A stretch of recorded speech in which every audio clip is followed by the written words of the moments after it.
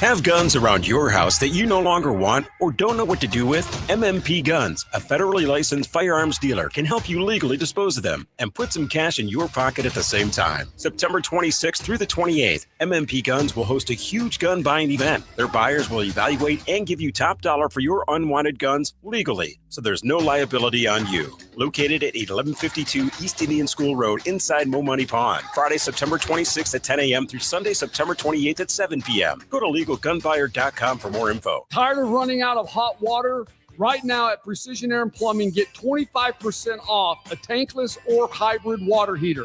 Systems that deliver hot water on demand, take up less space, and cut down on energy costs. It's efficient, reliable, and perfect for Arizona homes. And with flexible financing options, it's more affordable than ever. Make the precision decision today and call us at 602-765-HIGH. Make a precision decision with Precision Air. Stay at the heart of it all with a special Cliff Castle room rate starting at just $99 with no resort fees. Less fees mean more ways to choose your next adventure at the gateway to the region's best gaming, entertainment, and natural wonders. And expect service from the heart as well. We think you'll love your stay with us and all the value we provide, starting at just $99 with no added fees. Cliff Castle Casino Hotel, at the heart of it all. Valid Sunday through Thursday. Some restrictions apply. An enterprise of the Yavapai Apache Nation. Staples presents That Was Easy. Our office computers were from like 2012. What? They had computers then? Yeah, I don't know much about new tech. Apparently. So I went to Staples and saved big on an AI-powered HP laptop and HP OfficeJet Pro printer, which also came with 3 months of free instant ink. And we're back in this century. During Staples HP Tech Event, save up to 35% on HP printers and up to 40% on AI-powered HP PCs. That was easy. In-store, online, and on the app. Until 11/1, select models only. Things today can seem kind of unpredictable. Who knows what's around the corner, right? Well, at Total Wireless, we want to give you something to be sure about. With us, you save 50% off Metro and Cricket when you switch with one line. Guaranteed. And you get to keep the phone and number you love.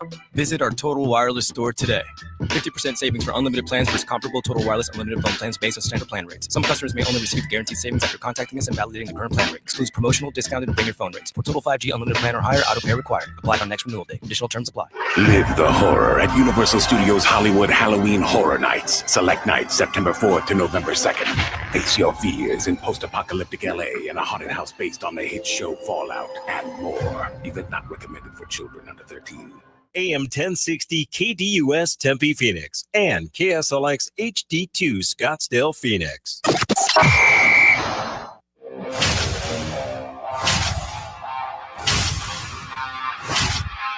It's the lunch break.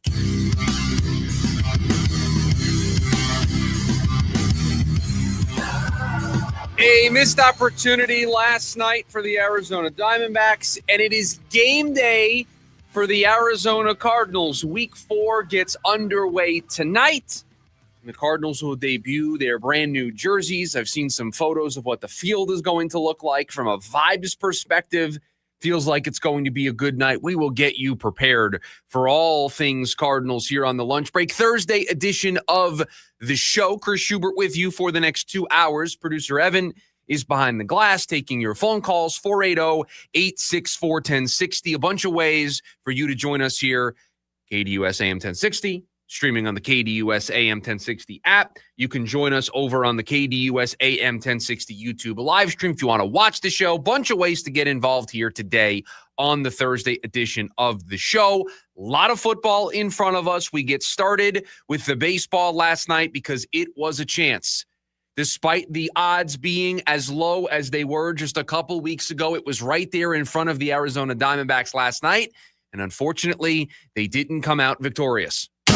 Time for our top story of the day. It's the Daily Special. You knew it in the ballpark last night. The scoreboard up there told you the Reds had lost to the Pittsburgh Pirates in extras. The Mets had lost to the Chicago Cubs. And somehow, some way, on Wednesday, September 24th, it was right there in front of the Arizona Diamondbacks. A win. And not only are you in the third and final wild card spot in the National League, but you control your own destiny at that point. That was the opportunity in front of the Arizona Diamondbacks when they made yet another comeback last night. Shout out to Adrian Del Castillo with another pinch hit RBI off the bench. He's had 3 of them in his last 2 games. A 2-run homer the other night. Last night, the sacrifice fly.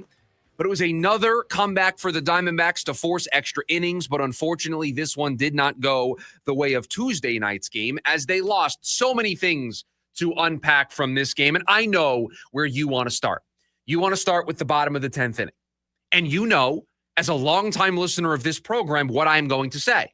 You know that I think it is inexcusable that when you throw a scoreless top half of an extra inning as the home team, you need to win that game 100 out of 100 times. There is zero excuse for losing that baseball game last night. Do you want to know how I know we've talked about it this much on the program? I got a text message last night. Producer Evan texted me after they didn't score in the bottom of the 10th and said, this is what we've been talking about. And I texted back to him, you deserve to lose the game. Because you do.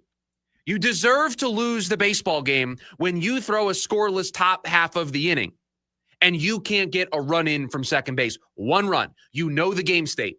I need 1 run to win this game, and you are unable to get the run in.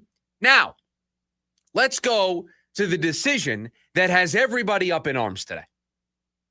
Because Torey Lovullo, in the bottom of the 10th inning, with that runner on second base, asked Geraldo Perdomo to lay down a bunt. He successfully laid down that bunt, moved the runner over to third.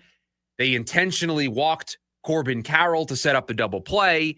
And then after Gabby Moreno didn't bite on the first 2 pitches, they then put him on as well to load the bases. So the situation was there. Bases loaded, 1 out. All you needed was a ball deep enough for a sacrifice fly. You win the baseball game. You're back in control, and you are in the 3rd and final wild card spot. Think of the pop and circumstance we would have here today on the program if that was the case. Let's talk about that decision. Because you know, if you've been a longtime listener of this program, that the bottom of the 10th inning, after you keep the team scoreless in the top half, is one of the rare times where I think a bunt can be acceptable.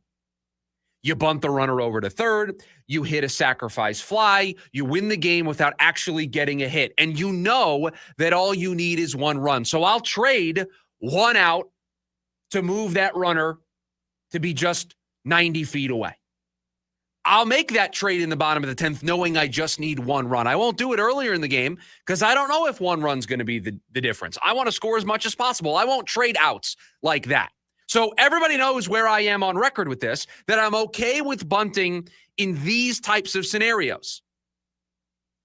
I did consider for a second just opening the program and replaying the segment that we did yesterday. Just yesterday, producer Evan. Yesterday here on the show. Did a whole segment talking about how Geraldo Perdomo is a superstar. One of the few superstars that this town has. The MVP of the team. Guy that should get MVP votes at the end of the season. A leader. A 5-tool player. Does everything well. Had a whole conversation about it yesterday. That's not the guy that you asked to bunt in the bottom of the 10th inning. I get it. I'm the guy who says you can bunt in that spot. I believe that bunting in that spot absolutely can make sense. Not with your best player. Not with the leader of your team. Not with the guy who could very easily hit one over the fence and win you the baseball game, or who could put one in the gap and trade places, and it's game over. I don't need that. I don't need the sacrifice bunt to set up the sacrifice fly. I've got Geraldo Perdomo. He can put one in the gap. Game over. I'm in the 3rd and final wild card spot. I'm sorry. I just thought it was a major mistake. You don't ask that player to bunt in that spot. Perdomo's really good at putting the ball in play, doesn't strike out a ton, is good at taking his walks. I am not allowing him to give himself up. You just saw what happened the night before. The last game you played, he hit a walk-off hit. He thrives in these moments. And it was set up for him once again, and you ask him to lay down a bunt. You want to ask, and no offense to these guys, but you want to ask Jake McCarthy to lay down a bunt? You want to ask Alec Thomas to lay down a bunt? You want to ask Tim Tawa to lay down a bunt? I can wrap my head around that. I can't wrap my head around you asking Perdomo or Marte or Corbin Carroll to lay down a bunt. And I get it. It's what you do as a baseball team. This is the way you played. We just chapter and verse yesterday to open the program talked about how that ninth inning was typical Diamondbacks. A hit by pitch, a walk, a sack bunt, moving guys over, sack fly. I get it. I get that they like to play small ball. And in these moments, it's okay to play small ball, just not with that guy. Not with that player, not with somebody who with one swing can win you the game. And that's set up for what happened in the 11th. You almost got out of it, but with 2 outs, Tommy Edman gets the run in.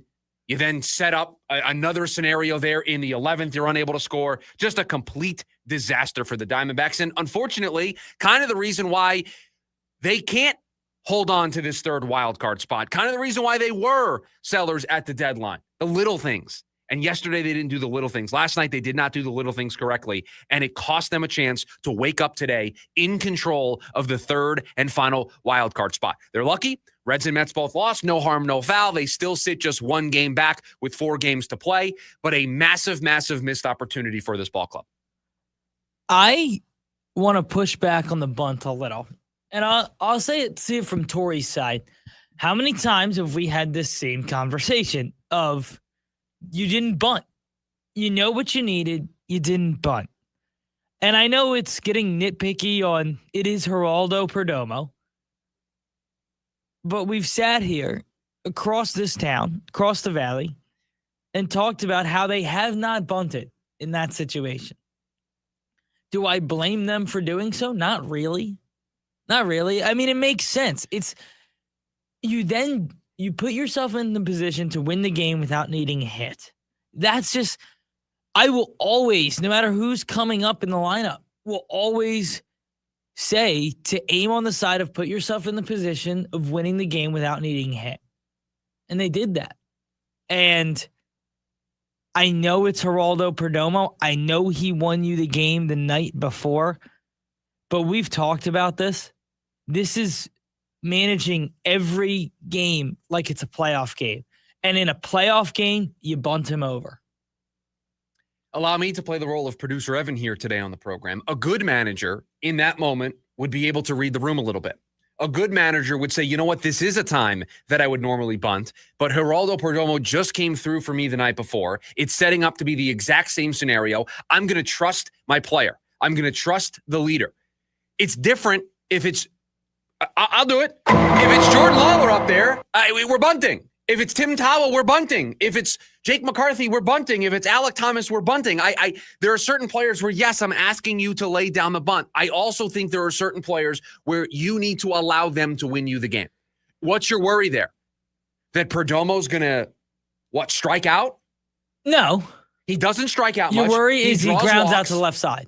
In all seriousness, your worry is that he doesn't move the runner. You got to trust your player. You got to trust the leader of the team. You got to trust somebody who just the night before came through for you in those moments. And now I hear you. You are making a compelling argument. And on my drive in this morning, I was wondering how I was going to approach this because I'm the guy who wants them to bunt in these spots. So I'm with you. And yes, the idea of the bunt in that spot is not the problem. It's asking Geraldo Perdomo to do it. That's where you got to have a better feel. You got to have a better read. You have to understand this is the guy who last night won me the game. I'm going to ask him to do it for me again because he's the MVP of my team. And I think I don't even disagree with you, but as a manager, you have to believe that one of your guys can hit the ball to the outfield. And you get into a position. Why can't that be Geraldo Perdomo? And you get into a position where they walk Corbin Carroll, which, let's face it, as soon as you put him on, the whole world knew what they were doing. As soon as you bunted him over to third, the whole world knew they're going to put Corbin on. And then you miss the first 2 to Gabby Moreno, and you're in a position where you have the bases loaded. All right, can I stop you right there? Because of that point that you just made, this idea that when you bunt Perdomo over, you know how this is going to go. Yeah. You're now taking the game out of Corbin Carroll's hands. You're taking the game out of Gabby Moreno's hands because you know what they're going to do in response. If you bunt the runner over, they're going to walk Carroll immediately to set up the double play, and it's going to work out the same way that it did last night. So why not put it in the hands, because if you lay the bunt down the way you did last night, you're now saying put the game in Jake McCarthy's hands. So who would you rather have the game in the hands of? Geraldo Perdomo with nobody out in the runner at second, or Jake McCarthy in the spot that he was in last night? And I'm not trying to be results oriented here, but you have to understand that when you bunt the way that they did last night, the way the Dodgers and Dave Roberts responded is exactly the way any manager is going to respond. They're going to immediately walk the next guy no matter who it is. So you've taken the game out of Corbin Carroll's hands. And now the two guys coming up in the inning that you want the game in their hands, you as the manager have taken it out of their hands. That's the problem I have with it. By choosing to bunt, you're saying Perdomo can't win me this game. I don't want him to try to win me this game. And you know what they're going to do. You know they're going to try to set up a double play or set up a force. So that's going to take the game out of Corbin Carroll's hands. And now you're asking Gabby Moreno. You're asking Jake McCarthy. You're asking McCann. That's who you're asking to win you the baseball game. And I'm sorry, I just would have rather had Geraldo Perdomo swing away there in that spot. I think it was a mistake. Now, you're not in that spot unless Corbin Carroll, and John pointed this out over on YouTube. Corbin Carroll with an incredible play, terrible send by the Dodgers third base coach. This is horrible. Great throw, and that's the momentum swing, right? That's the big play. We got him at home. I mean, how many times with that lineup coming up and knowing that you just gunned somebody in the 10th, are you like, all right, D-backs, third and final wild card spot? And how many times this season have we talked about this exact scenario for this Diamondbacks team? Bottom of the 10th, they keep the team scoreless, and they don't score. It feels like it happens to them more than any other team. It really does. For an offense that scores as much as the Diamondbacks do, the fact that they can't get a runner home from second with nobody out is appalling. Take the bunt out of the equation. You had the bases loaded with one out, and you couldn't drive the run. Right? I mean, that also plays a role in this. But, man, you make the comeback, you force it into extras, and it's right there. You had the results you needed everywhere else. Reds lost, Mets lost. You win the baseball game. You are back in the third wild card spot. You're in the driver's seat. You control your own destiny. Now you finish up the series today against the Dodgers this afternoon, about an hour and a half from now. 4 games to go. You're still 1 game back. But, boy, it could have felt very differently this morning. And, unfortunately, it's scenarios like last night that have come up way too often for this team this season, kind of the reason why they're in the situation that they're in the first place. I mean, in all seriousness, this team would have been in the driver's seat this morning. They drive in that run. Control your own fate with 4 games to go. Tough 4 games, 1 against the Dodgers and 3 against the Padres, but control your own fate where the Reds can't beat the Pirates. The Mets are struggling. I mean, you feel really good today. And instead, you now need to win and get help again. You got the help yesterday. You just couldn't hold up your end of the bargain. 1 more for the Diamondbacks against the Dodgers later on this afternoon. 4 games remaining in the regular season. They're going to need to win and get some help if they are going to pull off this miracle and make it into the postseason. 480-864-1060 is the phone number for you to join us here today on the program. When we come back, the Cardinals in action tonight. Thursday Night Football, Week 4 kicks off with the Cardinals and the Seahawks. Do they need to change things up tonight? That's next, the lunch break, KDUS, AM 1060. KDUS AM 1060 is your home for the Jim Rome Show. Something Mark Cuban said, but at this point, he's pretty much the last one claiming that Ballmer is innocent, aside from Ballmer and the Clippers. Cuban is not convincing anybody of anything. Neither are the Clippers, and neither is Adam Silver. They're all just making it worse. Just like when Ballmer made it worse when he ran to ESPN and put on his Mickey Mouse falsetto voice to claim, "They caught me." 1 to 4 p.m. Monday through Friday here on KDUS AM 1060 and on the KDUS 1060 app.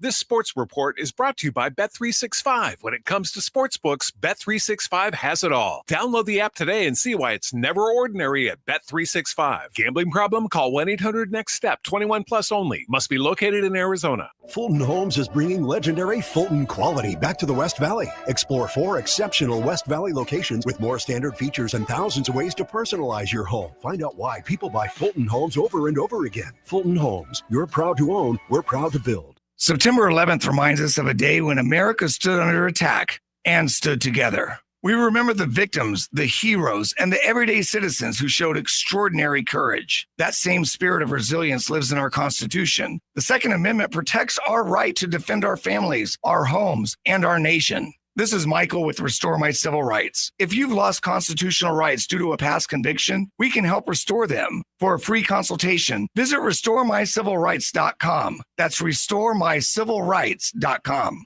Sticks. The hits. Live at Celebrity Theater. Friday and Saturday, January 9th and 10th. With special guest Max Gomez. Tickets on sale now at CelebrityTheater.com. A trip through all their best.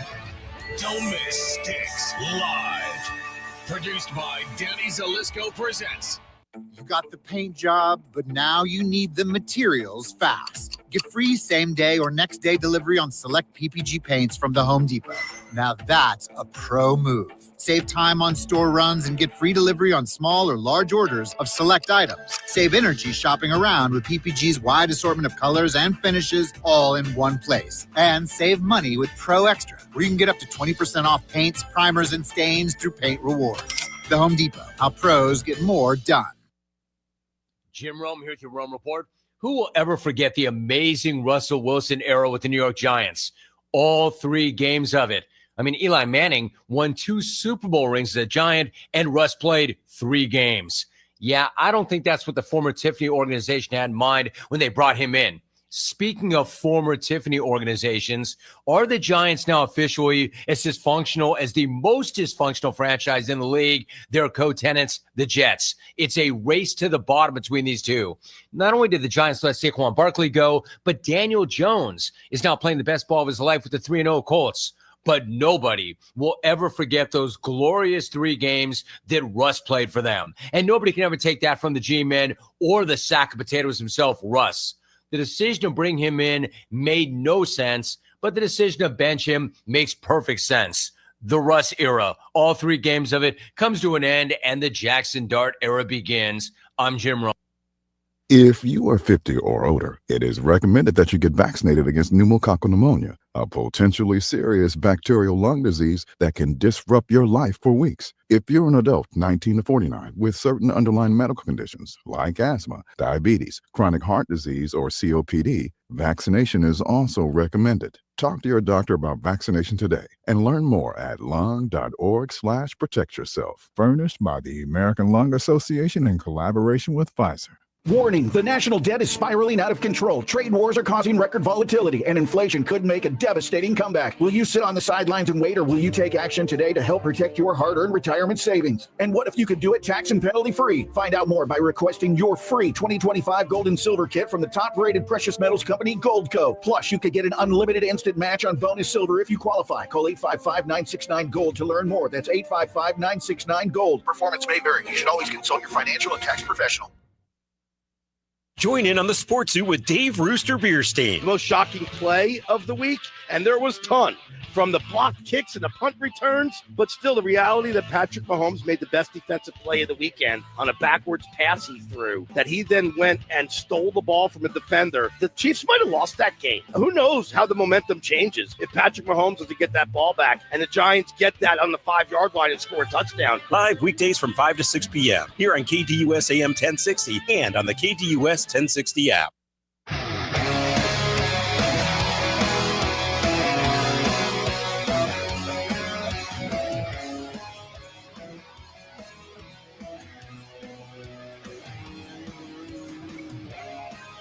Back here on the lunch break, KDUS AM 1060. Chris Schubert with you. Thanks for hanging out with us. Thursday night football tonight. Cardinals hosting the Seahawks to kick off week 4 of the NFL slate. You thinking about it? Some points being allocated tonight? Not whatsoever, honestly. I just keep checking in with you to see if you're... It has not crossed my mind. Not even once? Not really once. Okay. Remember, have until the end of the show if you want to make it a declarative statement. You want to put some points on the game tonight. I will take my next hour and a half and be silent on the points, okay, and not going to take any points. I'll tell you right now, I'm considering it. I figured you would be. I'm considering it. You saw what my prep process looked like this morning. You saw how deep in the weeds I was getting on this game, and it's so front of mind. And we're going to talk about the Seahawks a little bit later on in the show and just what they do so well and why this feels like a really bad matchup tonight. And it's got me leaning towards doing something. I'm not. Are you going to do it? I'm not right now. I will not do it in hour number 1 of the show. If I decide to do it, it will be a leftovers. You're giving out Ryder Cup picks. I'll decide if I'm using my 3 points tonight. I'll let you know at the end of the show. But I'm just letting the listeners know I'm considering it. The last time I did this, it worked out pretty well for me.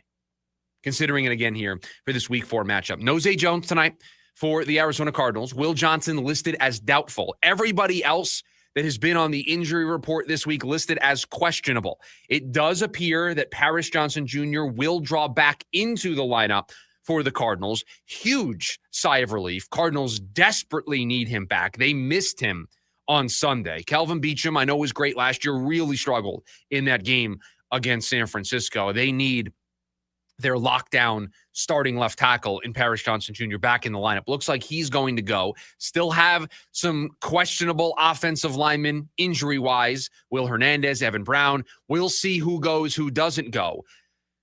All of it, you add it together, does it lead to the Cardinals needing to change things up tonight? Do the Cardinals need to air it out more? You don't need me to tell you this, but I have some statistics that will just show you that the Cardinals are not throwing the ball down the field very often. Among quarterbacks with at least 100 plays this season, Kyler ranks last in his average depth of target, 5.97 yards.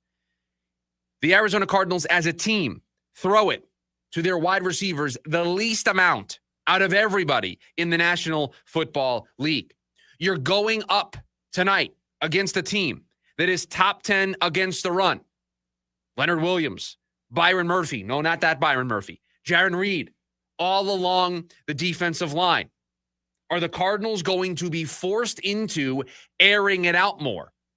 One, because of the narrative and the pressure around them, and also because of this matchup and how good Seattle is against the run. And it is Trey Benson, not James Conner.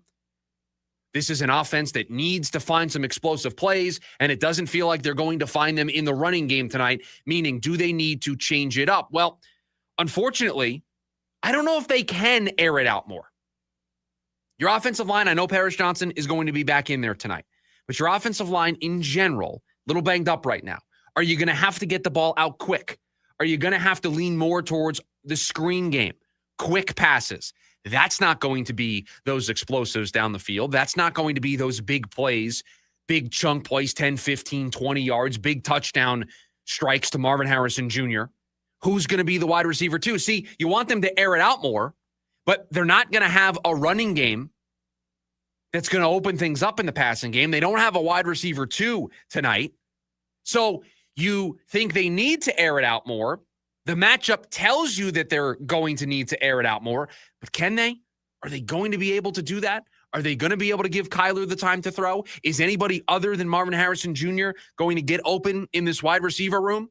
I mean, producer Evan and I earlier in the morning meeting talked about how, man, do you just need to take a shot on the first play of the game just to make Seattle respect you a little bit more, just to make them consider it? Now, I hate thinking that way because you don't want to change your identity too much. You don't want to force it, but maybe you try to open things up with a quick play action pass to start things, to get a chunk play, to get everybody confidence early in this game. We talked about it yesterday. A lot of noise around Drew Petzing and his future here with the Arizona Cardinals. I'm on record. I don't think he gets fired. I don't think they make a change anytime in the near future. I do not think he is coaching for his job tonight. But I do know that all of you are watching this game tonight hoping for this team to do something different offensively. I don't know if you're going to see that. I don't know if you're going to see the changes that you want to see. I don't know if the Cardinals are going to be able to throw the ball down the field. They are shorthanded tonight in the wide receiver room. They are shorthanded in their running game that is supposed to open up things in the passing game for Kyler Murray. They have a banged-up offensive line. Paris Johnson is back in there. Are we able to say that he's 100%? What does that look like? So, to me, the passing game is going to have to get more creative in the quick game, some quick slants, some RPOs, some tunnel screens, some running back screens, the tight end screens that they love to run to Trey McBride. That's how I feel like they are going to get their passing game going. Now, producer Evan, I do think there's a little bit of nuance here because there are ways to create explosives without actually throwing the ball down the field. If you block well, these screenplays can be explosives. These quick game passes.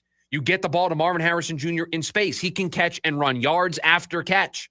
All of those are different ways to create those explosives, those big plays that everybody's looking for.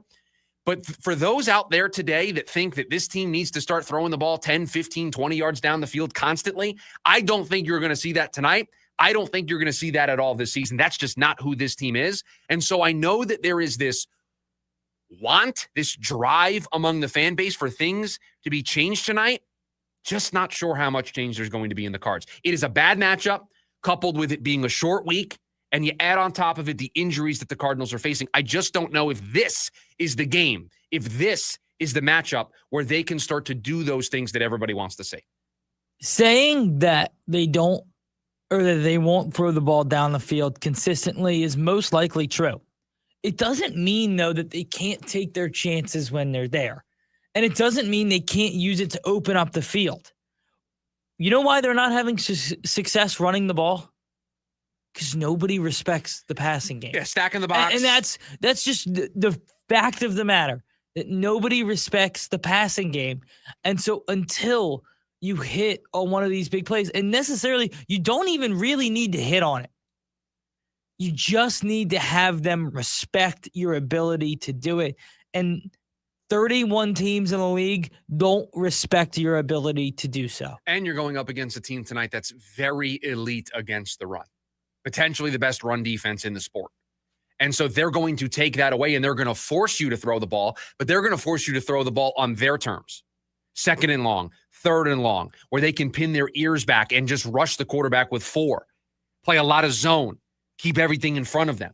So you're going to have to get creative. That's why I keep saying maybe it's not the explosives the way everybody in their mind thinks that they want this offense to operate with the deep shots 10, 15 yards down the field, but maybe it's quick game. Maybe it's screens. That's where I think if you start to see more of those added in and they go to them early, that will be an encouraging sign because I do think there's a chance there for some explosives. 480-864-1060 is the phone number for you to join us here today on the program. We're going to continue to get you ready for Cardinals Seahawks tonight. Perhaps a 3-point play coming from me a little bit later on in the show. Not sure yet, still on the fence, but make that determination before we get out of here today.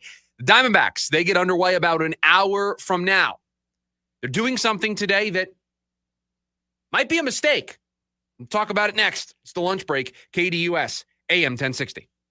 Ready to tackle each morning with the best sports information coming at you? I'm going to take a logical approach. Get that weekday mornings on KDUS AM 1060 from 6 to 9 a.m. with the Dan Patrick Show. Dan Patrick, the Danettes, sports icons, sports legends, celebrities, poll questions. The Dan Patrick Show has it all. It's a crapshoot. Be sure to lock your dials to AM 1060 or 100.7 HD2 from 6 to 9 a.m. Mornings just got better. This story is about us.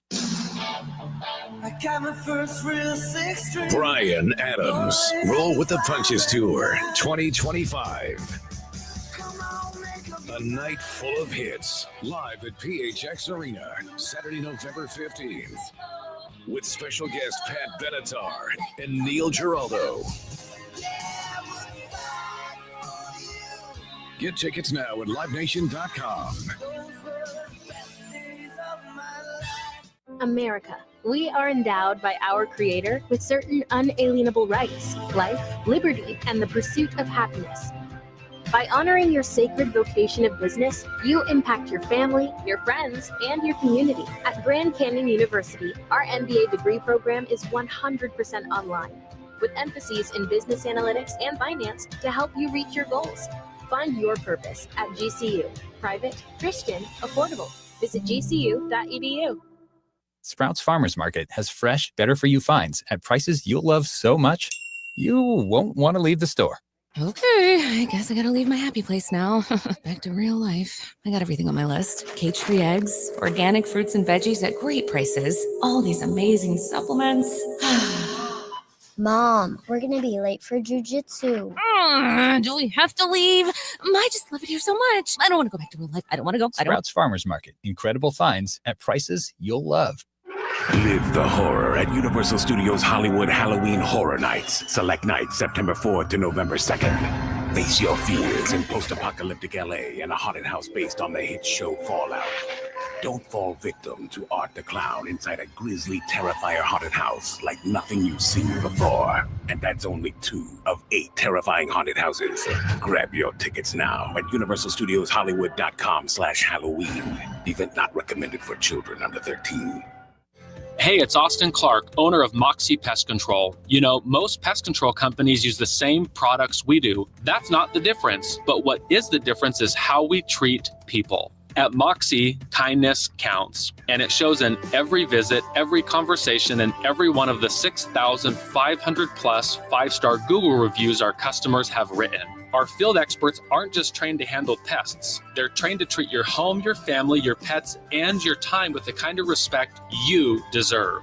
And our services come with a pest-free guarantee. Our methods and service just work better because our people are better. So if you want a pest control company you can trust in and around your home, give us a call. We offer same-day services in most cases, and we'll even give you 50% off your first service when you call. Call 888-MOXIE-10. That's 888-MOXIE-10. Moxie Pest Control, the highest and most reviewed pest control company in Arizona. James Out West, your desert destination for sports here in the Valley. You've seen Shador. We've all seen him. He's, kind of everybody gravitates toward him. He's got aura. There we go. Thank you, as the young kids say. He's just there doing his job. He shows up early. He stays late. He's not posting it on social media to post it on social media to say, look at me. What you see is when he shows up to a neighborhood in which just got burned down, the apartment complex, and he sets up food trucks. I can't wait to see what happens for him, and I think that they have a good foundation for the future. It's James Out West, every other Monday night from 6 to 7 p.m., right here on KDUS AM 1060 and on the KDUS 1060 app.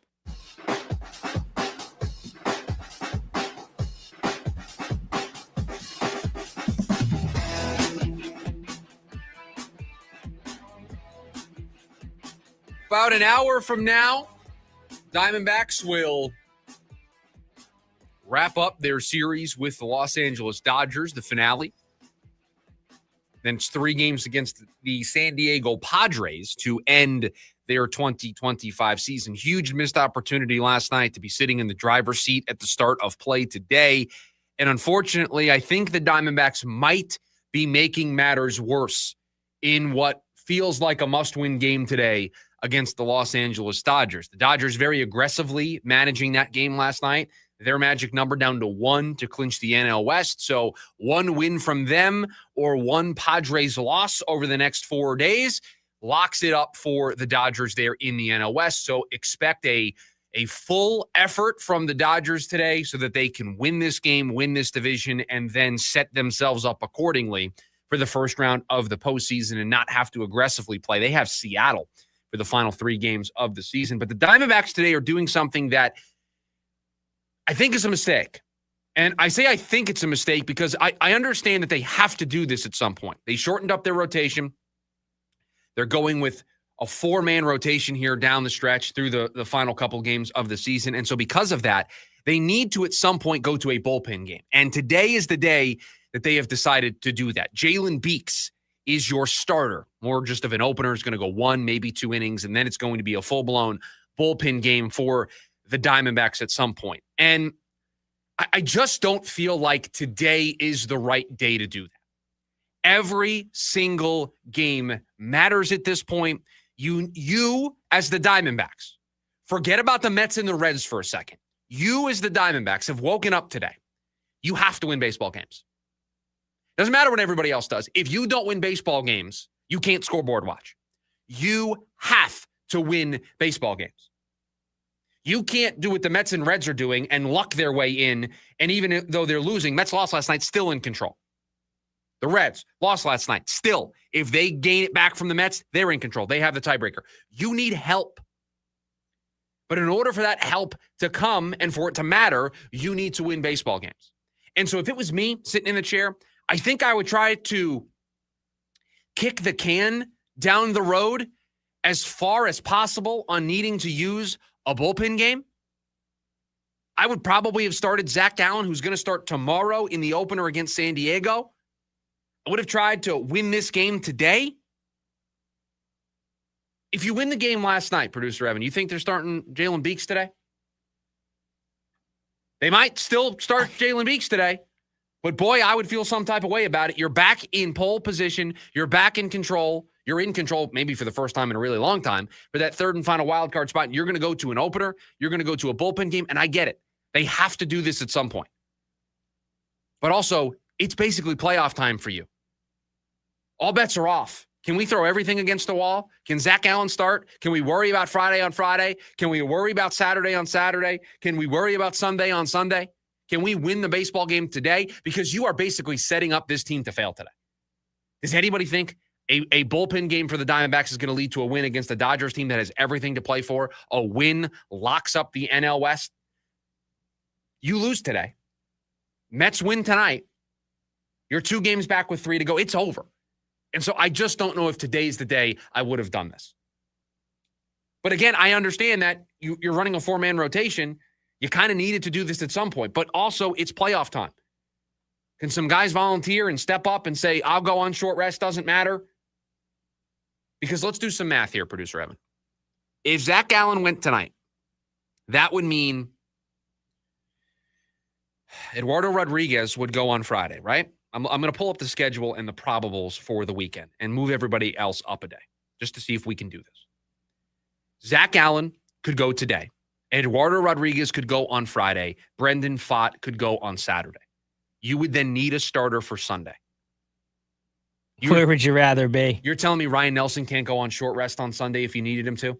That's the question you have to answer. Would you rather the bullpen game today or Ryan Nelson on short rest on Sunday? I know what I'm choosing. You're taking Ryan Nelson. I'm taking Ryan Nelson on short rest on Sunday. Started yesterday, so Thursday, Friday, Saturday. Especially 3 days rest. Especially in a day that we expect the Padres to be done. And why would they throw anybody given that they're going to play in a wild card round the next day or 2 days later, whatever it is? I think this is a continuation of a mistake last night, and it's being parlayed into a mistake today. I would go Gallen on short rest today, Rodriguez tomorrow, Pfaadt on Saturday, Ryan Nelson on Sunday. I would roll with my 4 guys. I get it. I understand that you feel like this is what you need to do, but this is playoff time for the Diamondbacks. Every one of these wins matters. You can't throw a bullpen game in what feels like every game is a must-win for this team right now. You can't be throwing a bullpen game with Jalen Beeks with the season on the line. I just don't think you can do it. So first, the bunt decision last night that came back to cost them, and now today Jalen Beeks on the mound instead of using Gallen. I just think this is a mistake. Because you lose today, it's basically over. If the Reds or Mets win, you're toast at that point. So why wouldn't you go out with Gallen on the mound? Why wouldn't you go out with Ryan? Because now you can make the argument you didn't go out with your best. You went out with a bullpen game. What would you rather have? A bullpen game today or Ryan Nelson on short rest on Sunday? That's the decision that Torey Lovello, Mike Hazen, and the Arizona Diamondbacks needed to make, and they chose to go with a bullpen game. Disagree. I disagree that is the best path for this team. And Nelson last night, 6 innings, 7 hits, 3 earned through 92 pitches. Again, you're asking him to come back on 3 days rest, on the 4th day in between starts. I get it that he might not be able to give you everything, but I certainly like my chances better with Ryan Nelson than I do with Jalen Beeks and the Diamondbacks bullpen. Despite the Diamondbacks bullpen being better as of late, you just played an extra inning game last night. You had to use relievers last night. So now you're going to tax this bullpen again today. Let's say you do somehow. Producer Evan, let's say they find a way to win this baseball game today.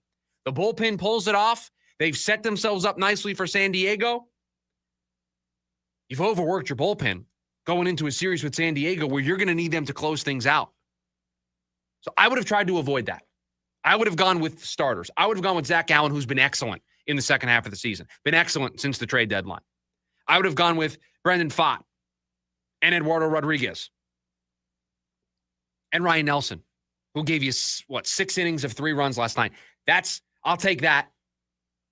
So I just think this is a mistake. I think this is setting themselves up to lose this game today. And if the Mets win, be 2 games out of a spot with 3 games to go, and you then need to sweep. It's then basically must-win territory. And I think this is setting up this team to fail. Missed opportunity last night, And I think they're not so much a doubling down. I'm not sure exactly what the word I'm looking for is, but you made a mistake last night. You made a blunder, and I think you're making another mistake, another blunder. And this one I can't wrap my head around. I could understand the bunt for Perdomo because I've advocated for the bunt in that spot before. A bullpen game with your season on the line when all you can do is just move everybody up a day. Zach Allen last pitched on Saturday. You're telling me he couldn't go today? I will always lean towards the starter on short rest, even when the opener became a bigger thing just a few years ago. I've always been against it. But doing it here in this situation, in a must-win, I mean, you got 4 games left. They're all must-wins. Even if it works, it compromises you for the weekend. That's the biggest thing is, how many arms are you going to throw today? How many arms are you going to throw today? Who's going to get the bulk of the duty? Because somebody's going to carry the bulk. Ideally, you get Beeks for 2. You get 6 outs from Beeks, and then you're going to throw somebody as a bulk arm. Who's that going to be? Pulling up the roster now to see who the most likely candidates are. Then you have to take into account who threw last night. You just played an extra inning game. Right. That's the other part of it too. And now you're going to go and throw an opener the next day. I get it. There was going to have to be a day where somebody comes off short rest. There was going to have to be a day where maybe you had to do this. You do it the night after you played an extra inning game. Well, it's not like this decision was made previously. They made this decision after the game. Yeah, you saw what happened. You saw the missed opportunity. You saw that you went to extras, and you decided that Jalen Beeks is going to start today. I just don't get it. I'm looking at, they've gone to a 4-man rotation. I mean, Chris Matt could probably get the bulk of the work. He was a starter. They removed him from. See, this is the other part of it that really bothers me. They decided to go to a 4-man rotation, and they put Chris Matt into the bullpen. If he gets the bulk of the work today, that's no different than him being the starter. I mean, coming in the second or third inning and going 4 or 5 innings, it's no different. So if you wanted to do this 4-man rotation thing down the stretch, you had to actually do it. And this is not doing it.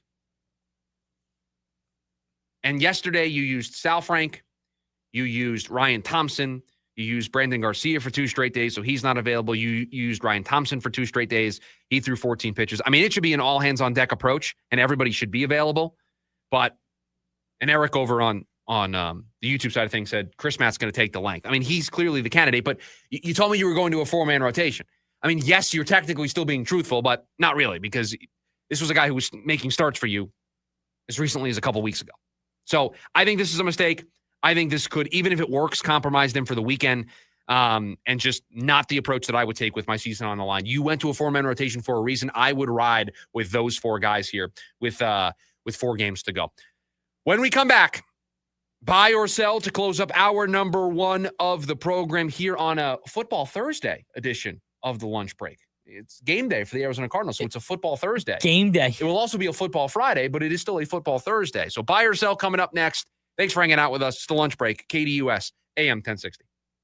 On your ride home from work, join in on the Sports Zoo with Dave Rooster Beerstein. If we owned our own football team called the Angry Roosters, and we kept signing people to contracts, and they weren't honoring their contracts and kept demanding raises, at what point do we throw our hands up and just say no to everybody? We signed you to a contract. Play out your contract, and that's it. You earn a better contract on your next one, we'll pay you for that. Live weekdays from 5 to 6 p.m. here on KDUS AM 1060 and on the KDUS 1060 app. Judas Priest and Alice Cooper. The Metal Gods, Judas Priest. The godfather of shock rock, Alice Cooper. October 22nd, Talking Stick Resort Amphitheater with special guest, Corrosion of Conformity.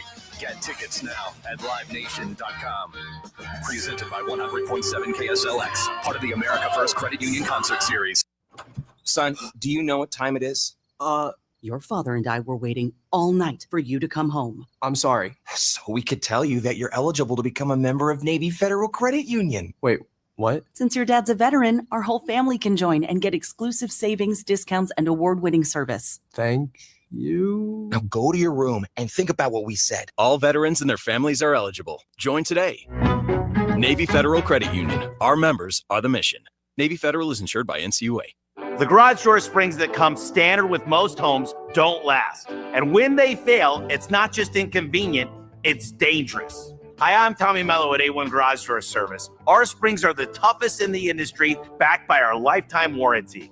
That's right. Fix them once and you're covered for life. Don't risk your family's safety or your peace of mind. Let A1 replace your springs before they become a problem. From repairs to upgrades, it's A1 from day one. A1 from day one. Ooh, Del Taco? Yep, they got these new boxes that are loaded with my faves. Big boxes, come on, can I get a Del, yeah? Del, yeah. What was that? Oh, I bring these guys everywhere. Really enhances the experience. Del Taco's El Big Boxes now come with bigger burritos. Try the $5 Classico, $7 Mex Faves, and $9 Amerimex box. More food, more flavor, more value. Only at Del Taco. Del, yeah. Price of participation may vary. The Varsity Sports Show with Vince D'Alicio is your hub for everything high school and college sports. Join Vince and friends as they give you the full picture on student athletes and where they're heading. Live interviews with coaches across the valley. Asking some of the tough questions. Varsity recaps and in-depth interviews with tomorrow's sports stars.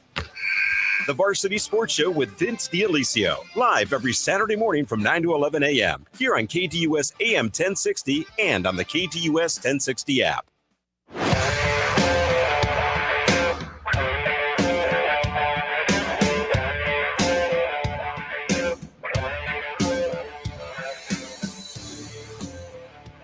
Wrapping up hour number one here of the lunch break. KDUS AM 1060. Thanks for hanging out with us. Chris Schubert with you. It's a football Thursday. Got the Cardinals taking on the Seahawks later on tonight. As we wrap up hour number one here of the show, a little buy or sell, hottest takes in Sports Talk Radio. Producer Evan is our tour guide. He provides the take. I buy or sell the take.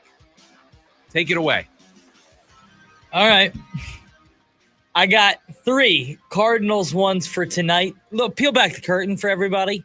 I was struggling to come up with some for specifically tonight's game, and then they hit me like a wave. And so now I got 3. So I did some other ones. You're just ready to go. I'm ready to go. All right. Cardinals should take that deep shot we talked about in their first series to open up the offense. Yeah, I mean, I think I'll buy this. I would very much like to see them try to force defenses to respect their passing game more.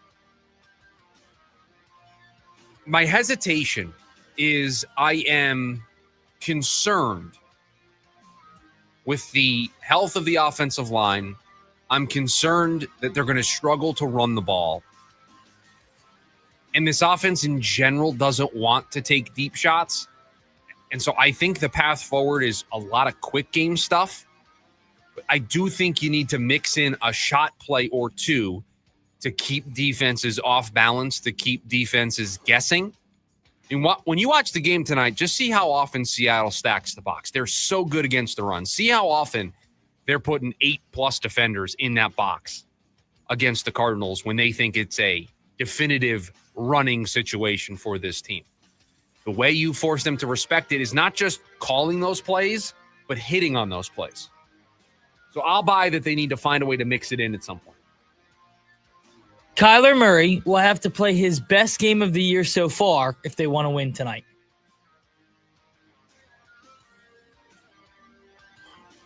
I'll buy this one as well. I've hesitated on the first 2 of these. This is a really bad matchup for the Cardinals in so many ways. And I'm just thinking to myself, if Kyler plays turnover-free football, I think that's going to be enough to give them a chance. But, man, I just don't know how they're going to be able to run the ball tonight. I have so many questions. First look with Trey Benson as RB1. Seattle's really good against the run. I think they're going to need a really good passing attack tonight and just be really efficient and have those big plays, whether they come from yards after catch or they are those deep shots. And so I do think Kyler's going to have his best game of the season if they win, because I think the running game is going to be really hard to come by. The Cardinals defense will get another takeaway tonight versus the Seahawks. Darnold's thrown, I think, 2 interceptions so far this season. I mean, that's the great equalizer, right? In games like this, who can win the penalty battle? Who can win the turnover battle? It's going to be sloppy. Can you be less sloppy than the other team? Is really the name of the game. Cardinals have shown a tendency to be able to have those takeaways here so far in the early part of the season. Doesn't look like they're going to have Will Johnson tonight, so I don't know if they'll be able to create those turnovers, although they did it last week in his absence. What was the take again? The Cardinals defense will have another takeaway tonight. Darnold can be a little risky with the ball at times. I'll buy. I think if they win the turnover battle, and obviously I know that this is basic football, but if you don't turn the ball over tonight, you can play, for the most part, mistake-free. You got a good chance of winning. Yeah, I think if you win the turnover battle. But even if you don't, you could lose this game. That's the kind of matchup we're talking about. And that's why we think this matchup is so difficult. The Cardinals might not turn the ball over tonight and may not be able to win this football game. Well, you're going up against one of the best defenses. You're going up with an offense that's really turned it around. I mean, it's a complete overhaul on offense. And I'll have some numbers to share at the top of the hour for this offense. Sam Darnold's just been really good. He has hit the ground running in a way that I didn't expect him to there in Seattle under Mike McDonald. And so they're just good on both sides of the ball. They're scoring more points than they've scored in the last 5 seasons. They're allowing fewer points than they have had in the last 5 seasons. Like, they're just really good on both sides of the ball. Now, yeah, they played San Francisco, who hasn't set the world on fire with their offense, Pittsburgh, and New Orleans. I get it. It's not the most expansive resume, but they've taken care of business. They've done the opposite of what the Cardinals did in their first 2 weeks of the season, right? When they played opponents that they should handle comfortably, they did. They went on the road in Pittsburgh. They handled New Orleans accordingly. Blowout. Wasn't even competitive. Wasn't close. So you can play mistake-free football and still lose this game because Seattle is so fundamentally solid on both sides right now, and you're not. You're not fundamentally solid on offense. And you have question marks on the offensive line. And you have question marks with your running game. That's the difference. There's a lot. Tonight's game will have a massive impact on the outlook of the rest of the Cardinals season. Bye. It's a big difference between being 3-1 and 2-2. There's a big difference between being 1-1 in the NFC West and being 0-2. Hard to get up when you're 0-2 in the division. The narrative around Kyler Murray is he doesn't win divisional games. So if you lose another one tonight, they're not going to expect you to get them back late in the season. The noise around Drew Petzing and the offense in general probably gets louder if they lose again tonight. It completely reframes the first 2 games of the season. I think the context and the narrative around this team is completely different if they win and they're 3-1 and if they lose 2-2. I've described it as a Grand Canyon-sized difference between those 2 outcomes and those 2 worlds, and I still believe in that. I think it is a massive difference in how we feel about this team based on how they play tonight. Torey Lovello has handled the last 2 games, last night and today, completely wrong. Bye. I didn't like the decision to bunt with Geraldo Perdomo. The idea of bunting in that spot is not one that I will argue against, even though I'm anti-bunt in general. I've campaigned for it. You don't need to get a hit to score that run. 1 run wins the game. I'm good with it. I'm just not good with it with this player, and I'm trying to not be hypocritical about it. But, of course, you have to read the room. Of course, you have to read the situation. It's your best player who the night prior had a walk-off hit. At least give him a chance. At least because the moment you give him, he gives himself up and he bunts the runner over, you take Corbin Carroll out of it. And then you put it in the hands of players that, let's face it, are not as good as Geraldo Perdomo and Corbin Carroll. And then you go with an opener today. I know you're going to use basically your 5th starter, Chris Matt, as the bulk guy, but I would have just accelerated up your 4-man rotation and went with Ryan Nelson on short rest on Sunday. You have to win this game. And I think using a bullpen day just in an opener, just feels like the wrong move. Hour number 1 of the program in the books. Hour number 2 right around the corner. We preview the Seahawks next. It's the lunch break, KDUS, AM 1060.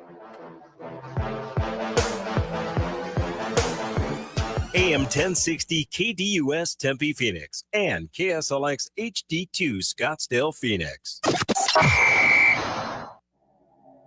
Most pedestrian and bicycle crashes happen early morning or at night. The leading cause? Drivers failing to yield. Since 2010, traffic fatalities for people walking and biking have doubled in Arizona. So stay alert and watch for bicycles and pedestrians. There's no such thing as accidents.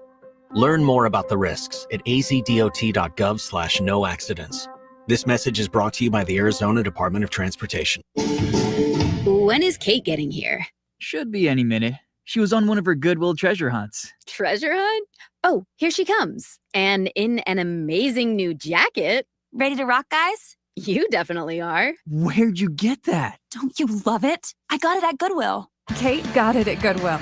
With hundreds of thousands of unique items arriving in-store daily, you can get it at Goodwill too. Find your convenient neighborhood location at goodwillaz.org. Nonprofit for good. Nitro Circus is back with the all-new Off the Rails Tour. World-class daredevils and FMX, BMX, skate, scooter, and more. Jaw-dropping stunts, high-flying tricks, and never-been-done showdowns. Friday, December 5th, Desert Diamond Arena. Visit Ticketmaster.com.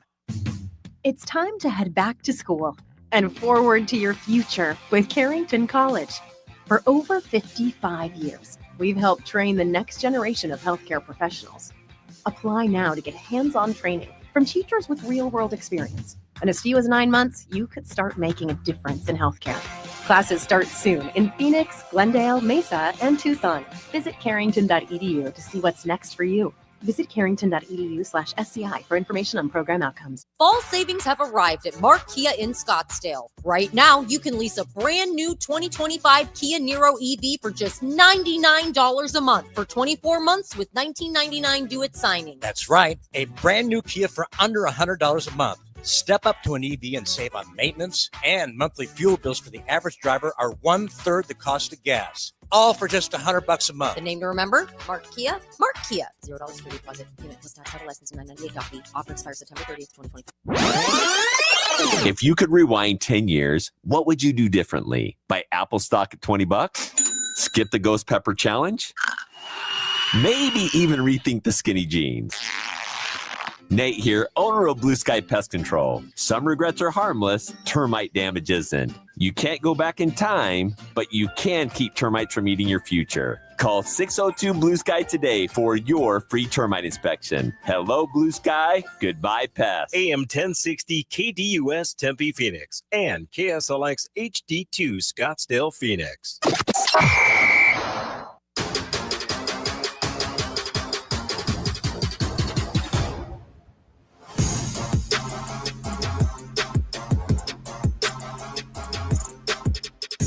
Hour number 2 of the lunch break here on KDUS AM 1060. Chris Schubert with you.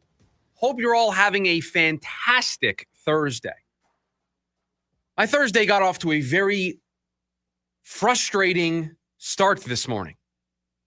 I didn't even share this with producer Evan. I was a little late getting to the office today because I had to chase down my 2 dogs this morning who decided to go on a great escape from my backyard.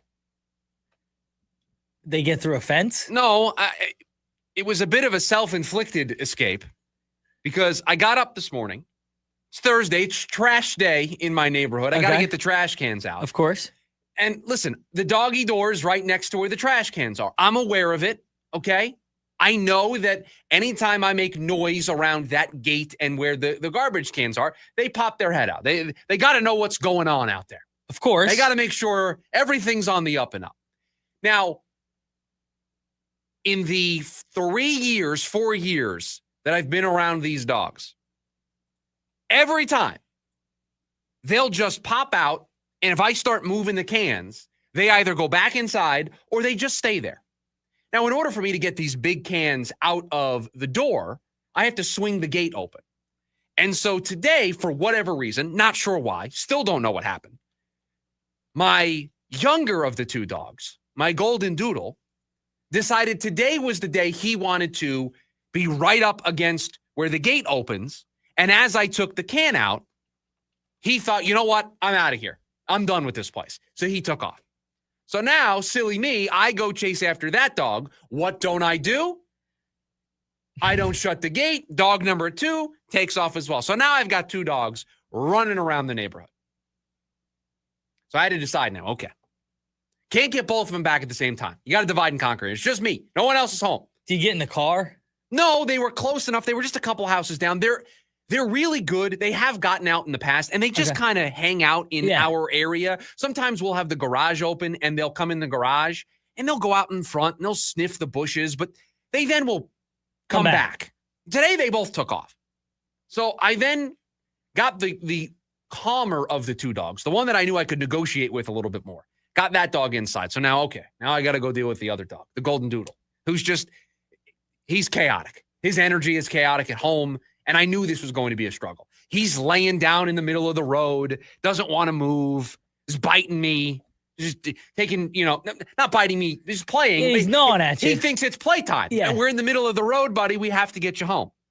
So luckily enough, after what felt like 30 minutes, it wasn't. It was more like 5 or 10. But I was just, I'm running up and down the streets because we live near a pool. I don't need him getting into that.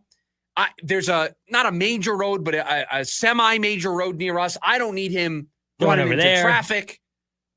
Meanwhile, as this is happening, the garbage truck is coming down the road. I don't get the garbage cans out in time, and they're watching me try to wrestle with this dog in the middle of the street.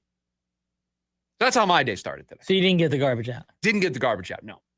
That's a tough start to a Thursday. So didn't get the trash out. I did at least get the dogs back in the house.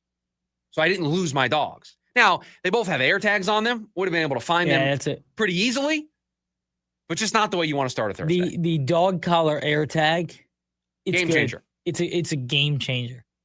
At one point, the dog wrestled out of the collar. Had to put the collar back on him. Yeah, he slips out of it. Slipped out of it. He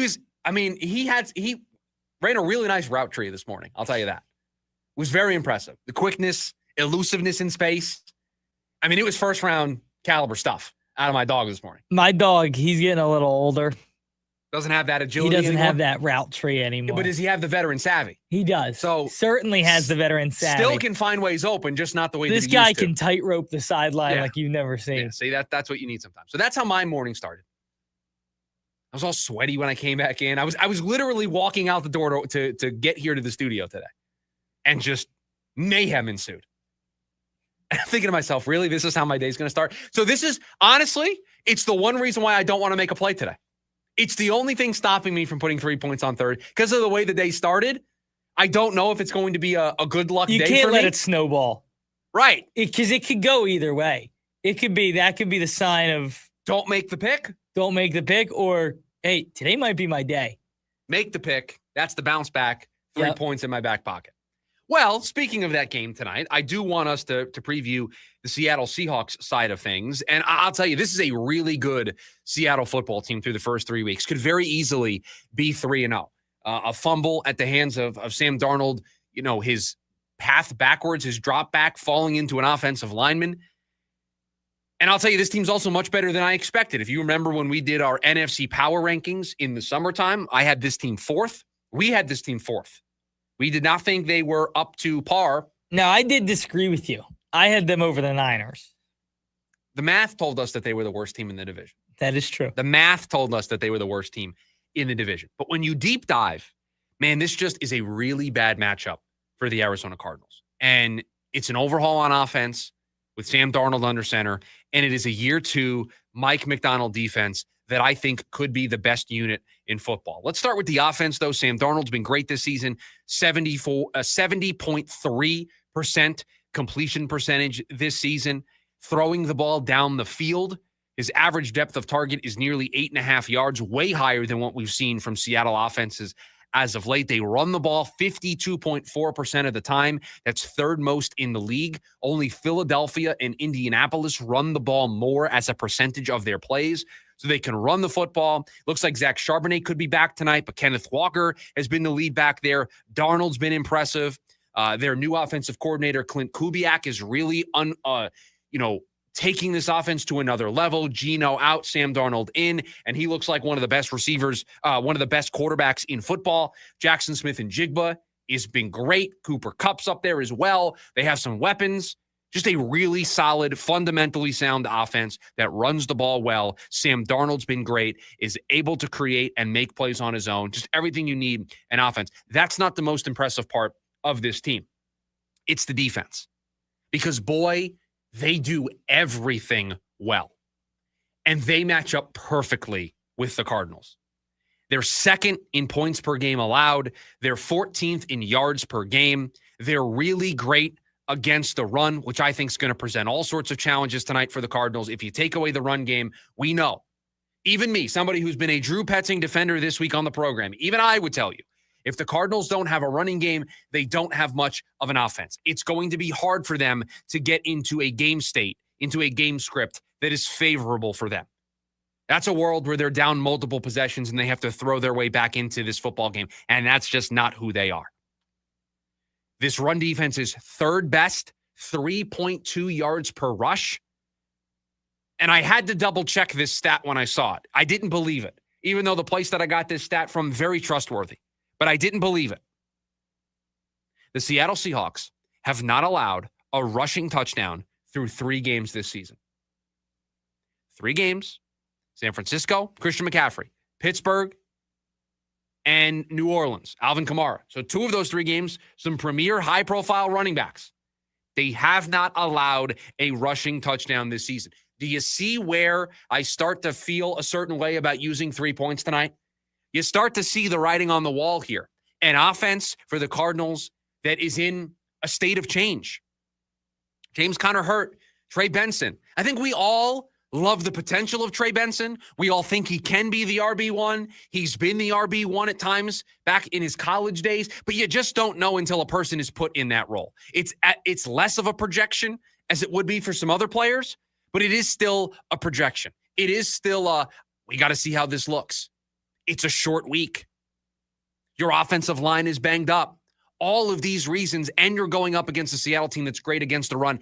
It's just going to put this Cardinals offense in a place where they're going to have to throw their way into this game. They're going to have to throw their way to victory. And not 35, 40 times, but they're going to have to be more efficient throwing the football. They're going to have to get their receivers involved early and often, and they don't have Zay Jones tonight. I mean, it's just thing after thing that works against the Cardinals in this game tonight. The only real stuff that goes in their favor is it's a short week. It's a home game. You're a great defense. Thursdays lean towards the defensive side. You have a defense that can create turnovers, but you just look at it on paper. And I did not think this was the case coming into the season. But Seattle is the better football team. Seattle matches up better in this game. And with all the questions that we have on offense, it just doesn't feel like this is the week where things unlock for the Cardinals. It does feel like this week, tonight, is going to be more of the same. I mean, Producer Evan, am I wrong? Do you see a world where this team's going to get to 24, 30 points tonight against this Seattle defense? With everything you know about the way Seattle plays, everything we know about the Cardinals and their current state of affairs going into this game? Unless we get a dramatic change in how the Cardinals play offense, I don't see them scoring more than 24 points tonight. 21 max. I think that's being generous with 21. And offensively, they haven't scored 21 points all year. They've scored 5 offensive touchdowns in 3 games so far this season. 5. That's it. That's all this offense has been able to do. And now you go up against a team that is so well positioned. In terms of EPA, I'm a huge nerd. That's just efficiency defensively. This is the second best run defense in the sport. That's what you're going up against without James Conner. So you're kind of reinventing yourself offensively. And I don't think you have to change much for Trey Benson, but he is a different runner. It is a different style. It does force you to adjust a little bit, and you have to do those adjustments on a short week going up against a defense that, to be honest with you, is perfect to slow you down. They're going to stack the box. They're going to sell out against the run. They're great at it. They're going to force you into those second and third and long situations, and you just don't trust this offense right now, passing the football, to be able to get back into it. Maybe they prove us wrong. Maybe tonight they figure it out, but they have Marv. They don't have Zay Jones. So you're looking at Greg Dortch and Michael Wilson to step up in his absence as the wide receiver 2. I expect a heavy Trey McBride game. I expect a heavy throw the ball out of the backfield game. That, to me, is the recipe for the Cardinals. The quick passing game is the ticket. I don't think it's those deep down the field shots. I think you need them to try to space out this Seattle defense to force them to respect you a little bit more. But I think with your banged up offensive line, your change at running back, I think you have to play quick. You have to play fast.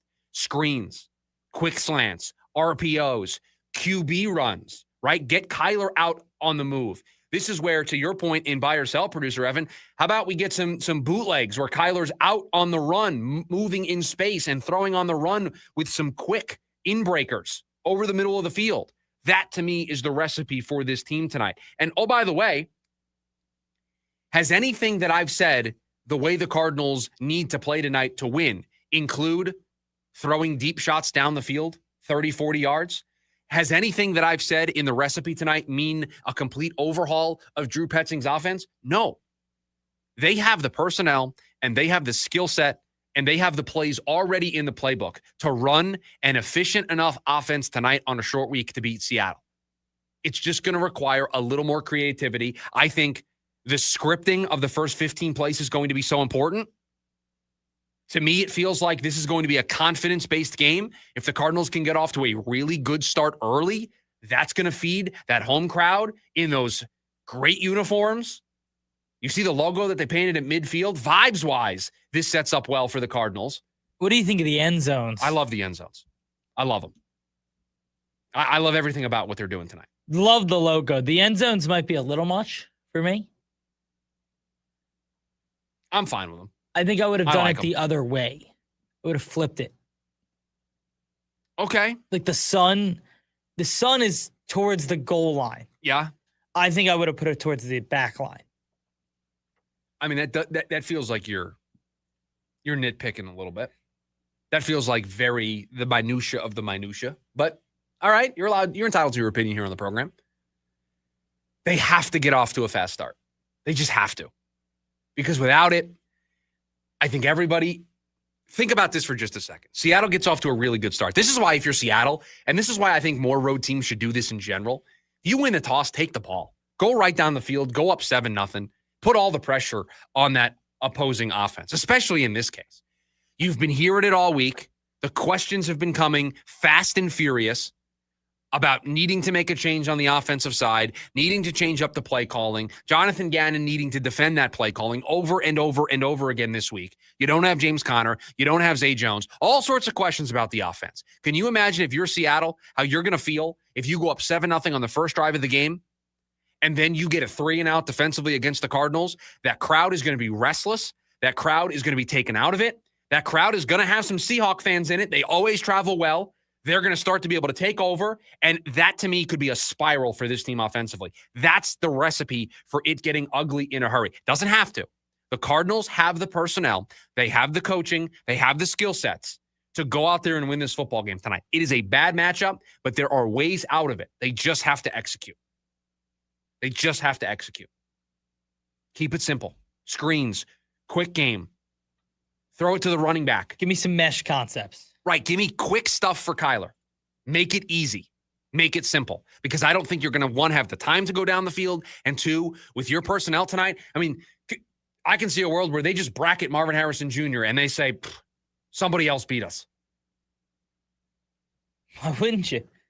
It's the way I would approach it, especially with no Zay Jones tonight. So a real tricky matchup for the Cardinals here in week 4 on Thursday night against Seattle. We got one more segment on them a little bit later on about tonight being a must-win that we'll get to here as the hour unfolds. When we come back, the pre-week 4 Schubert Scale, my view of the top 5 teams in the NFL going into week 4. We will get to it next. It's the lunch break, KDUS, AM 1060. It's the Dan Patrick Show. Ben DiNucci, NFL quarterback. I'm still going to introduce you as NFL quarterback. Being on the practice squad, what's the difference in how you're treated, lifestyle? Honestly, nothing's different. I mean, there's 53 guys on the active roster and there's 16 on the practice squad. And the reality of the NFL is that guys are going to get hurt. There's a reason that these teams put a lot of effort into the practice squad, just like they do the active roster. It's really all the same. You're still traveling with the team. The pay cut's a little bit less, but at the end of the day, it's still great. Live Monday through Friday, 6 to 9 a.m. right here on KDUS AM 1060 and the KDUS 1060 app. On Saturday, September 27th at 7 p.m., the Phoenix Rising battles Oakland Roots SC, and the entire night is themed for heroes big and small. Come dressed as your favorite superhero and snag a free firefighter helmet at the gate while supplies last. Tickets start at just $15. Secure your spot now at phxrisingfc.com. One night, all heroes. Be there. Hi, Luis Gonzalez here. Want to bet? Feel the thrill of Casino Arizona with 1,400 of the hottest slots and nonstop table game action. We make winners, no experience necessary. Join us for the best bingo in the valley with daily sessions. Indulge in all-you-can-eat Eagles Buffet or enjoying fine dining experience at the award-winning Choyo Steakhouse. Enjoy top-notch local entertainment, tribute bands, and viewing parties at CAZ Sports Bar, just off the 101 in McKellips. Casino Arizona, uniquely Arizona. Hosier presents the Unreal Unearthed Tour 2025, live in Phoenix. Talking Stick Resort Amphitheater, October 7th. With special guest, Amble. Get tickets now at livenation.com. The #1 album, Unreal Unearthed, is available everywhere. For more, visit hosier.com. Scottsdale's so nice, we're doing it twice. October 15 through 18 at Westworld. The Fall Auction, presented by Gila River Resorts and Casinos. Hundreds of collector cars in the all-new indoor Barrett-Jackson Fan Zone. Food, drinks, and live entertainment. Get tickets now at barrett-jackson.com. This fall, choose Primavera Online, and you'll be choosing a school with flexibility, personalized support, and an award-winning curriculum that's over 20 years strong. Now enrolling grades K to 12 at chooseprimavera.com. I'm Dan Patrick, and this is Above the Noise. Cal Raleigh didn't just cement himself as the face of the Mariners last night. It may have been the cherry on top. One of the greatest seasons we've ever seen from a catcher. With Seattle clinching the AL West with a win over Colorado, Raleigh launched his 59th and 60th home runs of the season. A jaw-dropping milestone for any position. What makes it even more remarkable is the style in which he's done it. 11 multi-home run games this season. That ties the single-season record. And he's not just adding to the Mariners' box scores, he's rewriting baseball's record books. Raleigh's already put distance between himself and Mickey Mantle for the most home runs by a switch hitter in a season, and way past Salvador Perez for the most home runs in a single year by a catcher. For the M's, hopefully it's a sign of things to come. And for Raleigh, it's something sweeter. Catchers aren't supposed to carry lineups, but in 2025, the man nicknamed the Big Dumper has done just that. I'm Dan Patrick, and this is Above the Noise.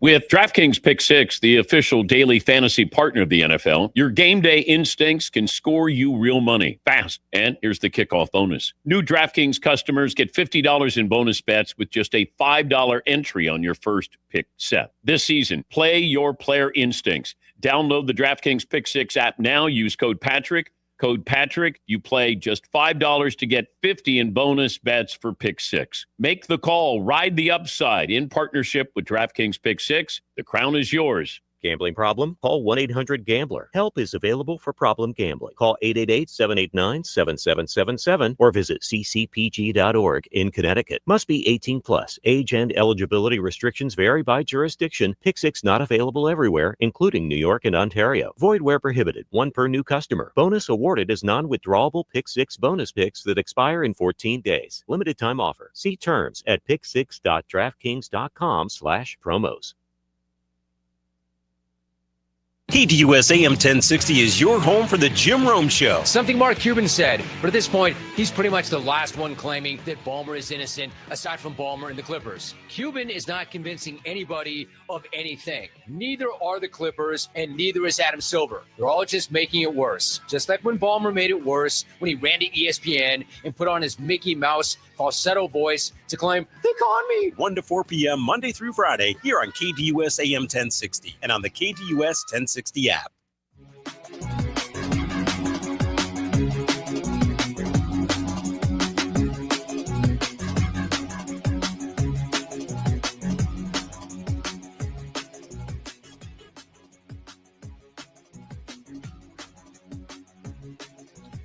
Back here on the lunch break, KDUS AM 1060.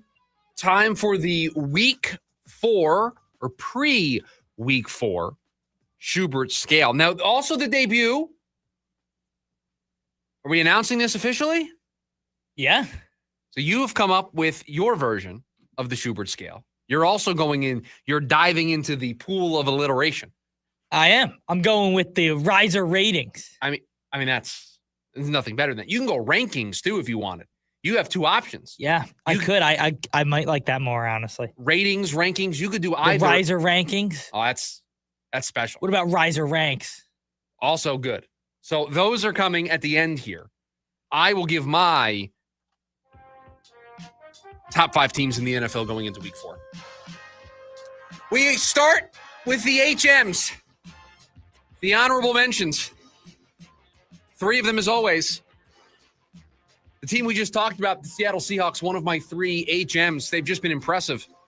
I feel a lot better about putting them higher on this list if they would have won that first game against San Francisco.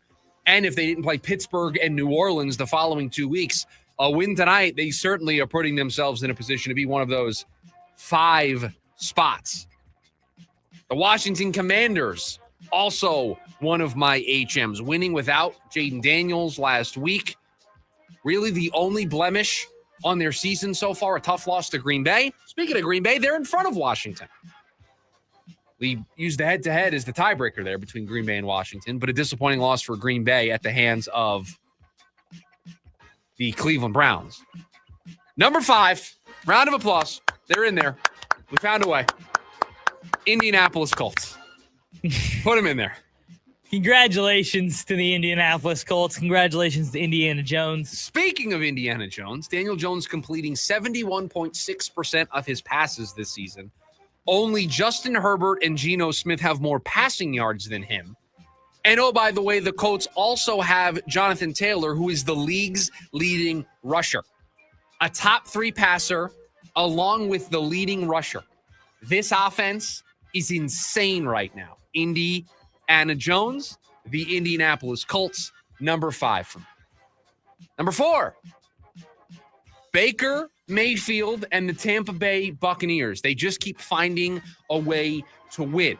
You may say that that is a knock on them, that they have not taken care of business against teams that they should have. I view it as a badge of honor. It is a skill set that not everybody can have. It is a belief that this team has in every single moment that they can win any game. They've done it through the first 3 weeks this season. They're my number 4. The Buffalo Bills, number 3. I have a tweet, a stat that I want to read to you. This comes from Opta Stats. The Buffalo Bills through 3 games this season, a 3-0 record, 100+ points scored, 0 turnovers, less than 15 penalties, 150+ rushing yards per game, 250+ net passing yards per game. Never in NFL history has a team done all of that over any 3-game span. That is what the Buffalo Bills have done through the first 3 games this season. Only reason why they're not higher, needed a comeback against Buffalo, then played the Jets and the Dolphins. It's not necessarily the greatest resume in the world, but they keep on winning. They keep on playing like this. The sample size continues to grow. They'll move higher up the Schubert scale. Number 2, they're the team that I think is the best in the AFC. I think the Los Angeles Chargers are the best team in the AFC. I think their defense is great. I think Justin Herbert is going to another level. Remember, Justin Herbert, I mentioned, one of the 2 quarterbacks in front of, I just want to call him Indiana Jones, Daniel Jones in Indianapolis. Justin Herbert leads the league in passing. They can't run the football. It doesn't matter. They're throwing the ball at a extremely high rate. It's working out for them. Defensively, they've been sound. Derwin James is awesome. They're winning those late game moments, which is so important for them. They're closing games well. They're closing halves well, doing all the little things right. They are my number 2 team. And number 1, Philadelphia Eagles. Round of applause. A new team at number 1. I have this stat written down. I double-checked it because this is another stat today that I didn't believe. The Philadelphia Eagles have a red zone touchdown rate of 100% through 3 games. Every red zone drive they have this season has ended in a touchdown. Yeah, that's crazy. That is impressive. I would not believe that if I read that. That's how good they have been in the red zone. We talked about with the Chargers, the little things. Turning red zone drives into 7, not 3, is the difference. Great teams turn those possessions into touchdowns. The Eagles doing it better than anybody. They are my top team going into week 4. I love that. I thought you had a great list. Thank you. Great list. I think we only have one change. Now, do you want to address what Code said? I love Code's names, and I want to address it. Evans Risers. I mean, that's what it has to be, right? Great. I mean, that's what it has to be. It does. That's what it has to be. So, Evans Risers, what do you got for us today? All right. My honorable mentions. As long as Code's okay with us using his suggestion. Code, can we use it? As long as he's good with that, that's what we're going to use. My honorable mention. At 6, I had Indy. Okay. Baltimore. Oh, Indy just barely Just missing. barely missing. Baltimore and Green Bay. No love for the Seattle Seahawks. No love for the Seattle Seahawks. You notice how I had Baltimore completely out? I did. I said I know they're 1 and 2. 1 and 2. I said they were the best team in football, so I'm punishing them harsher than maybe you are. But they're not even an HM right now. They have to do so much to win me back. So much. Fair. I like the coach. I like the quarterback. Me too. Hence why I said they were the best team in They'll football. be fine. Where'd that get me? They're going to beat the Chiefs by multiple scores this week, and you'll have them right back on the list. All right, Cody said it's yours. So Evans thank you, Risers, Code. here we go. All right. Number 5 on Evans Risers, it's the Tampa Bay Buccaneers. Listen, like you said, doesn't really matter always on the point differential. This team has the lowest point differential in NFL history for a team that's 3-0. 3-0. Doesn't matter. They're 3-0. Yeah, they just have won all 3 games. They just have a quarterback that thrives in those moments, right? And you just feel like he can take any situation and just dominate it. And he's a difference maker. He does plays. He has plays throughout the course of the game that you go, wow, there's only like 4 quarterbacks that can do that. Like he's entering that special status. And he has some of the head scratchers. Wow. But he also has some of the best plays you've seen. Yeah. So I love the Bucs. I think they're number 5. Number 4 for me. It's 2 impressive wins in a row. I think the one on Monday night, the score doesn't tell you everything. You're putting them back in. I'm putting them back in. The score doesn't tell you everything. It was a dominating win for the Lions. They're number 4. Do I think that they may have some problems around the NFC and down the stretch? Certainly. Yes, they took it to yes, they got it taken to them by Green Bay in week 1. Figuring it out with new coordinators. 2 impressive wins in week 2 and 3. Just real quick on that point, if you were worried about the Ben Johnson, Aaron Glenn departures, week 1 kind of confirmed that for you, but a really solid bounce back the 2 weeks after, which might calm those nerves down a little bit in Detroit. Certainly. Number 3 for me. They were number 2 for you. I have one team better in the AFC, but an impressive 3-0 start. I said this earlier in the week. The first team to start 3-0 with 3 division wins since 2005. That was the Bears, who went to the Super Bowl, and that says enough. This is the first time the Chargers have started 3-0 since Drew Brees was the quarterback, and their wins have been impressive. 3 division wins against the Broncos, who people loved coming into the year. The defending AFC champs. I was going to say, you want to give him the trophy? No, gosh. Okay. No, gosh. The defending AFC champs in Sao Paulo, Brazil. And you Raiders. Came home and you beat the Raiders. Your Raiders. That's a game that they could Charger in. It's been a really impressive season for the Chargers. They're 3-0. They deserve to be 3rd on this list. I think you're going to have Buffalo in front of them, obviously. Yeah. The Chargers and the Bills are the class of the AFC right now. Whatever order you want to put them in, I think is fair. But those 2 teams are playing football right now on a level I think that's higher than everybody else in the AFC. I agree. Number 2 for me is the Buffalo Bills. Enough said, right? How you want to order them, the Chargers and the Bills, for me, they're 2 and 3. You can flip-flop them enough said with what the Bills do extremely well. The quarterback is a difference maker. You want to talk about difference makers on this list at quarterback? The biggest one plays in Buffalo. Well, I'm so impressed with he's not trying to do too much. No. He's just taking whatever defenses are giving him. And he also, we talked about it with Baker. I don't know if there's anybody that does it more than Josh Allen does. He also just has those special plays. So he's taking what the defense gives him, but when things get tough, he's also able to create those special moments. I don't know how you game plan for him as a defensive coordinator. It's impossible. And he's massive and a tremendous runner. Yeah, he's great. And number one is the defending Super Bowl champions. The Eagles, I've had them at 1 the whole time. At halftime, I was like, oh, man, are they in the top 5? Yeah, you were at halftime, you're thinking, are they going to be an HM? Now they stay in their number 1 spot. Yep, and that's how it works. Good teams find a way to win.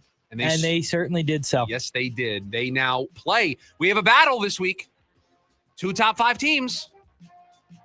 Eagles play the Bucs in Tampa. So depending on how that shakes out, one of those teams could be out. I don't think if Philly loses, I will remove them completely.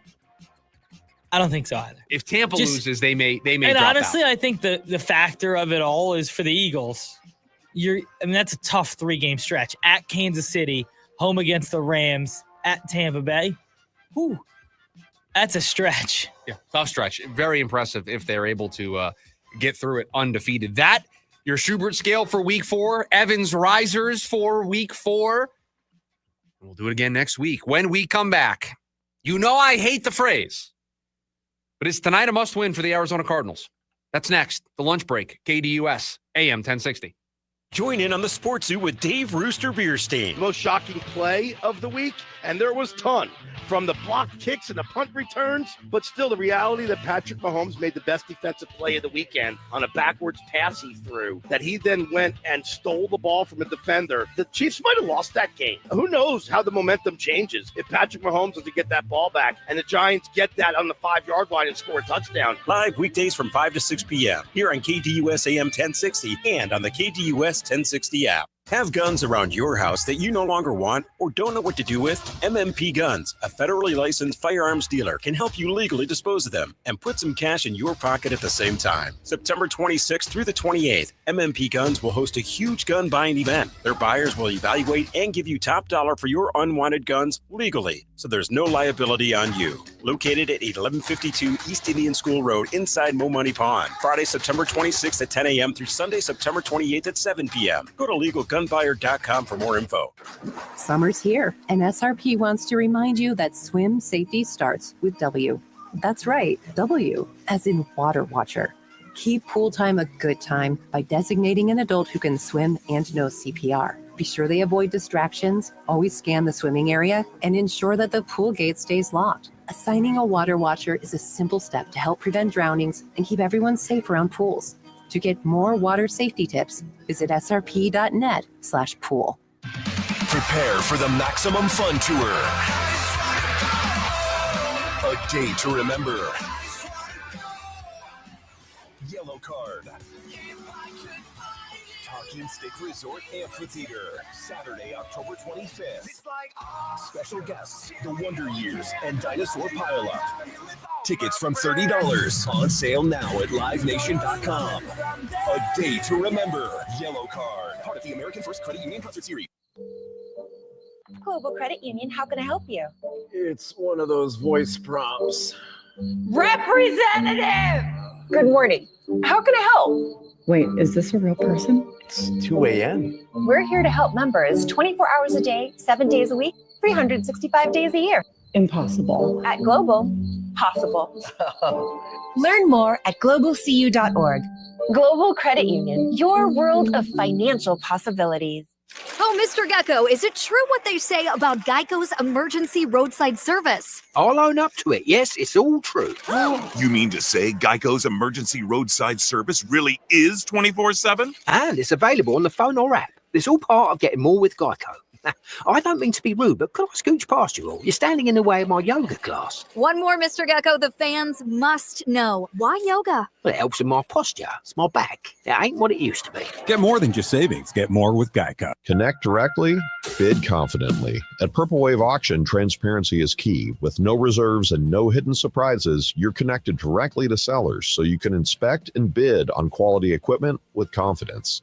Whether you're looking for ag, construction, or fleet equipment, we're here to ensure a clear, hassle-free experience. Register today at purplewave.com and start bidding with peace of mind. Purple Wave Auction, the easiest and most straightforward way to buy and sell equipment. Ready to tackle each morning with the best sports information coming at you? I'm going to take a logical approach. Get that weekday mornings on KDUS AM 1060 from 6 to 9 a.m. with the Dan Patrick Show. Dan Patrick, the Danettes, sports icons, sports legends, celebrities, poll questions. The Dan Patrick Show has it all. It's a crapshoot. Be sure to lock your dials to AM 1060 or 100.7 HD2 from 6 to 9 a.m. Mornings just got better. This story is about us.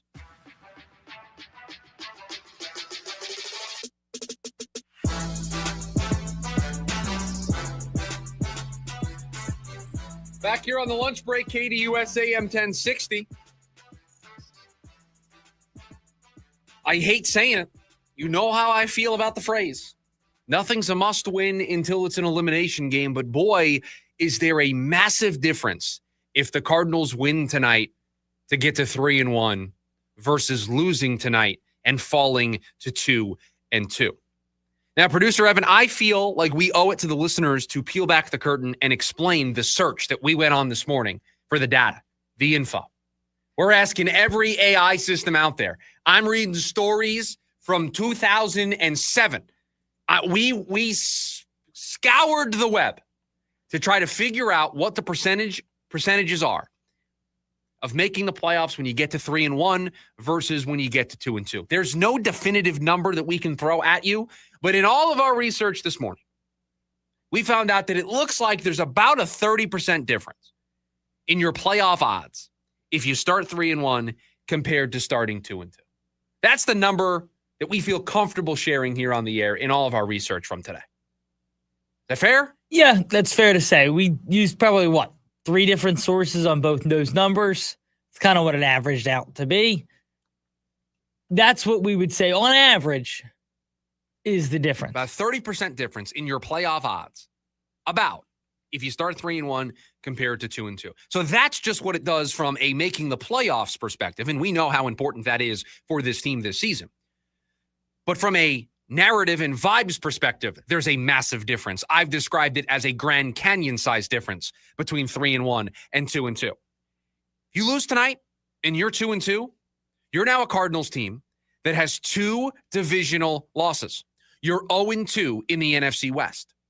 It now completely reframes you barely getting by New Orleans and Carolina the first 2 weeks of the season. We've kind of given both of those games a pass. Oh, what a gritty performance, right? Like Tampa. 3-0, not playing their best football, gritty, tough performances to get to 3-0. We've given you a pass for those first 2 games because you know what? You took care of business. A win is a win. You don't call the league office. You don't give it back. You've won those football games. But boy, would you feel differently about a 2-2 Cardinals team that would have lost to San Francisco, good football team, lost to Seattle, good football team, and your 2 wins are against football teams that aren't very good. New Orleans, your week 1 win. That team's probably picking number 1 overall. Carolina hasn't been a good football team. Did beat up on Atlanta. But other than that, hasn't been very good. You almost lost to them. Barely got by them. It reframes everything about those first 2 games. You win tonight. You get to 3-1. You push off any questions about change. Because you're 3-1 and you're basically 1 play away from being 4-0. See how quickly it changes? See how different you can talk about a team based on whether or not they win or lose tonight? Lose 2-2. Man, you barely beat New Orleans. You barely beat Carolina. You're not a good team. You're a middle of the road team. You're probably going to go 8-9, 7-10. That's who you are. You win. 3-1. Won a divisional game. Almost beat San Francisco last week. 1 play away from being 4-0. That's how quickly the narrative changes tonight for this team. 3-1, you still think this team is on pace, on track to make the postseason. We did the win-loss game in the summertime. I think we gave them a loss in San Francisco, did we not? I believe we did. I think we said win this game tonight, 3-1 through the first 4 weeks. They would still be on track to be the team that we thought they were going to be through the first 4 weeks. That's why you got to take a step back sometimes. Look at it from a 30,000-foot view. They win tonight, they are still right where we thought they could be through 4 weeks. You push off questions about the offense. You get back on track. You win a divisional game.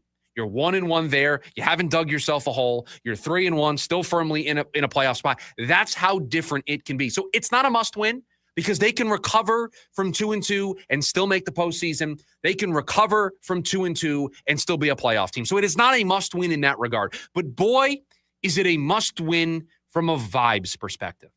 Boy, is it a must-win for all of us to feel better about this team, because tomorrow the noise is extremely loud if they struggle again offensively and they lose and they're 2-2. The noise around Drew Petzing is very loud. The noise around this team in general is very loud. Squandering a 2-0 start, right? Started 2-0, lost your last 2 games, lost 2 divisional games, squandered it, gone, back to square one. Or if you win it, 3-1, back in play at the top of the division, back in play in the playoffs, everything right on course. It may not look the prettiest, but a win is a win is a win, and you'd be 3-1.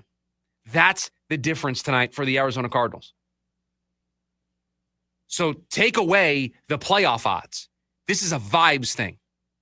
It's all code over on YouTube says, got to win. If not, you're 3-2 at best going into games against Indiana Jones at the Temple it's awesome. of Doom. That's very good. It's awesome. And then home versus Green Bay. I didn't read the full comment before reading it on the air, but we're calling Indianapolis the Temple of Doom. That just everything about the Colts and Daniel Jones and the way everyone's leaning into it and how well they're playing. I love it. I just love it's so bad on the Giants.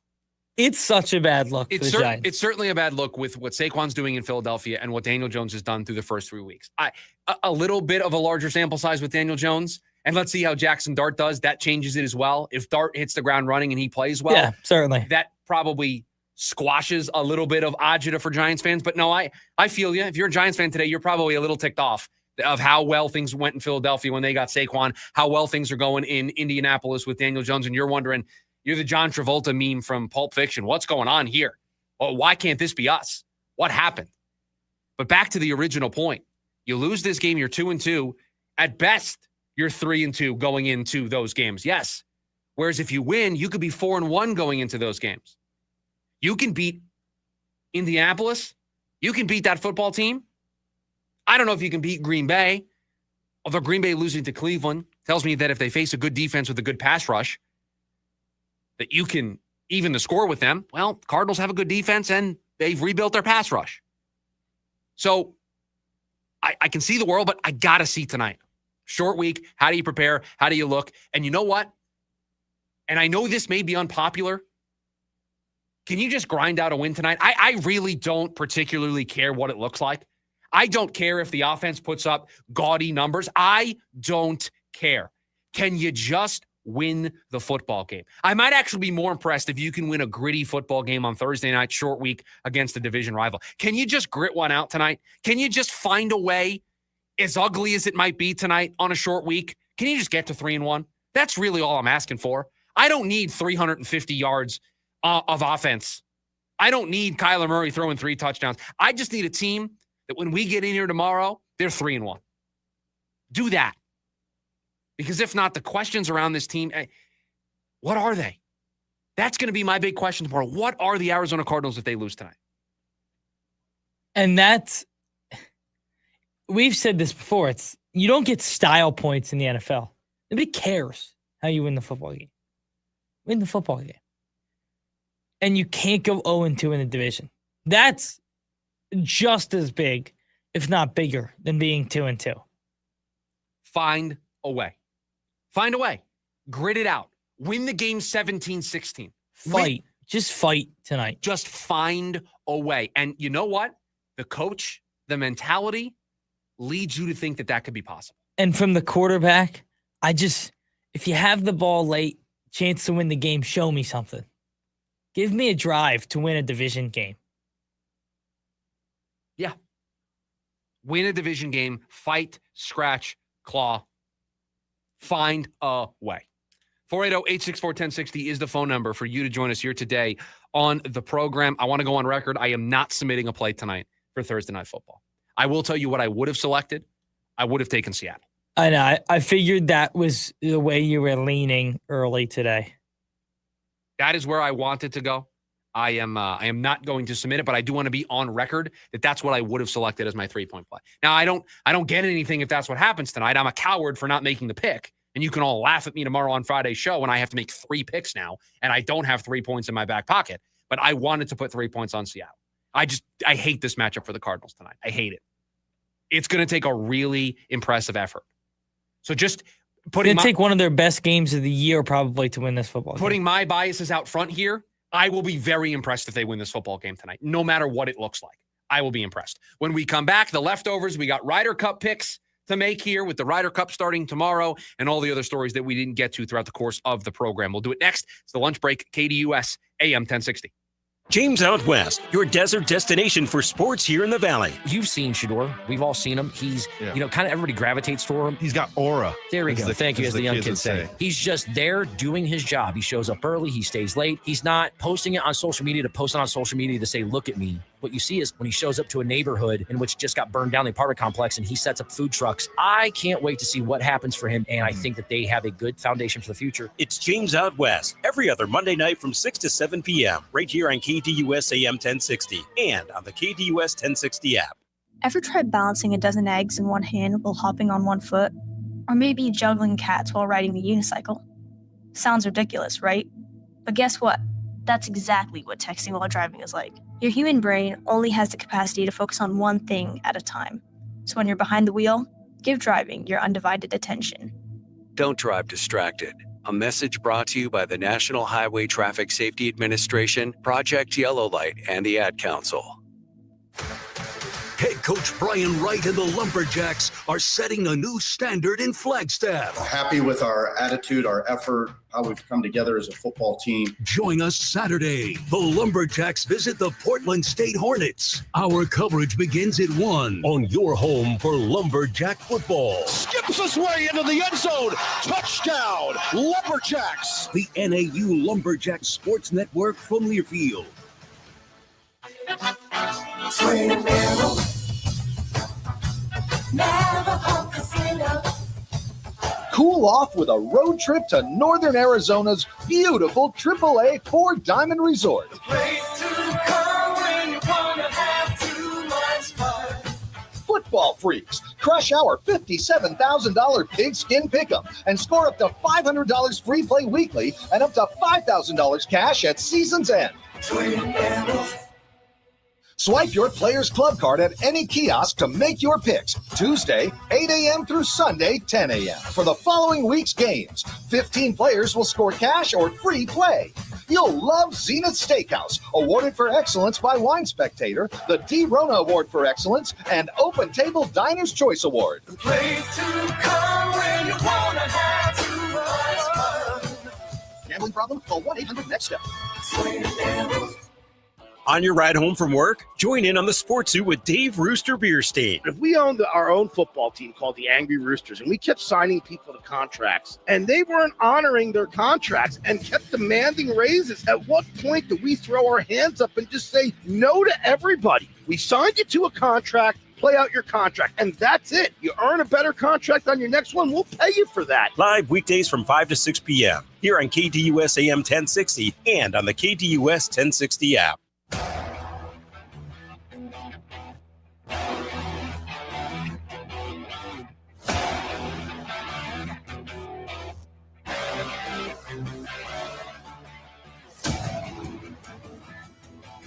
Back here on the lunch break, wrapping up things on the Thursday edition of the program. Boy, are we going to have a jam-packed show for you tomorrow. We'll be recapping everything Cardinals Seahawks.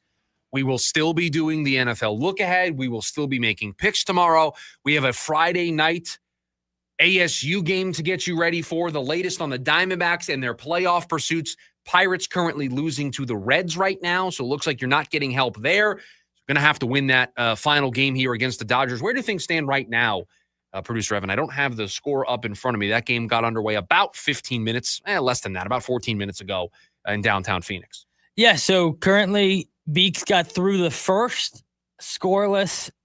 Diamondbacks came up 1-2-3. They went down. So it's 0-0 top of the second. Okay, so Diamondbacks need a win. Mets play later on today. Pirates and Reds in action right now. Reds have an early lead, I believe, in that one. So jam-packed show for you tomorrow. Before we get out of here today, it is the leftovers, all the stories we didn't get to. Today is a special one. We got Ryder Cup picks. Ryder Cup starts tomorrow. I know I am ready for my alarm to go off very early tomorrow. I'm maybe this makes me weird. I enjoy when there's a early sports thing and I can get up early. Nobody's bothering me in the house, and I can just sit in my office, my recliner, and just watch some Ryder Cup golf tomorrow. Yeah, it's going to be awesome. I'm looking forward to it. All right. I got 3 picks. 3 tomorrow. plays.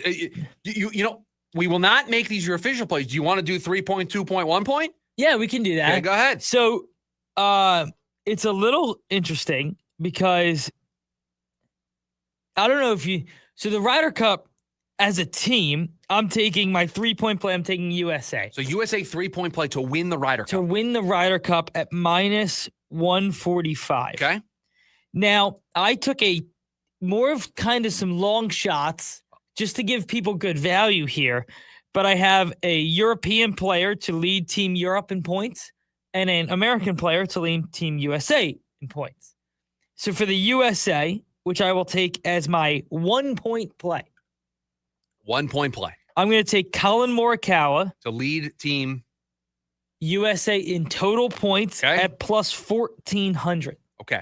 Now, I just want to, because maybe somebody just flipped the radio over and they hear you giving out points. These are not producer Evan's official plays for the Pick'em contest.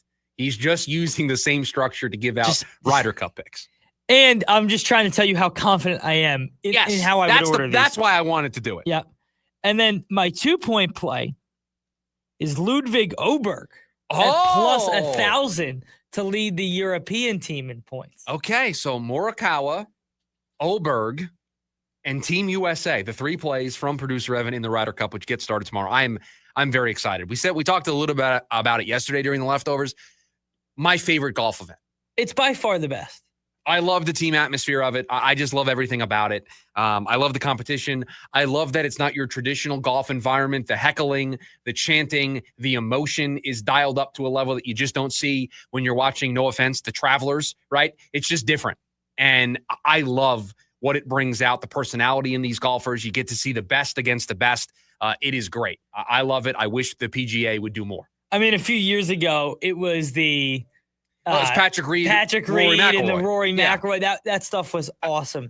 And you see how quickly we both were able to pull that because it was memorable. And you don't see that all the time. You don't see that in golf basically ever because, yes, you're competing against others, but you're not competing against others in that way where you're playing the same hole and the result of that hole matters. There's just something about the Team Ryder Cup format of golf that I think they need to tap into more. Yeah. If you made me PGA commissioner for a day, this would be the thing I would focus on.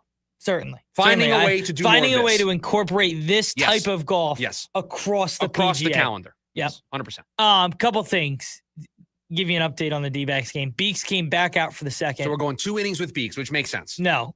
Then immediately gave up a home run to Freddie Freeman. Out of the game. Okay. They've gone to Chris Matt. But hold on. You understand leaving Beeks in to face Freeman left on left. Yes, left on left. Not a bad managerial decision. I don't disagree with it at all. But the home run does put the Diamondbacks down early. They're now going to Chris Matt, who's going to get the bulk work of today. I don't like the decision. They're down early. They're going to need another comeback. They've had comebacks each of the last 2 days. Let's see if they have a third one, if they can pull another rabbit out of the hat. All right. I got to bring it up. Last night, Cal Raleigh sent his 60th home run. MVP, baby. Into the third deck. 60. I mean, there's a world where he hits 63. I know they've locked up the division. They have nothing to play for. He has to play every day, right? Is Judge's record 62? No, or is 63. It 63? He hit 63. So 63 would tie him with Judge, if I'm remembering Judge's correctly. Maris hit 62. No, Maris was certainly 61. 61? So then Judge finished with 63. No, Judge finished with 62. So 63 would have him by himself. 62 would tie it. 63 would give it to you by yourself. So 1 more ties Maris, 2 more ties Judge, 3 gives it to him outright. Yeah. I think 2 things. Him getting to 60 and the Mariners winning the division locks up the MVP for him, and that's not a shot against Aaron Judge.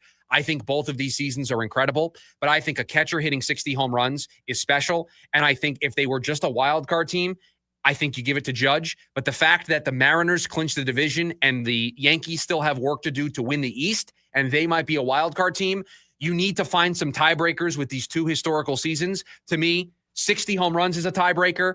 Winning the division is the tiebreaker.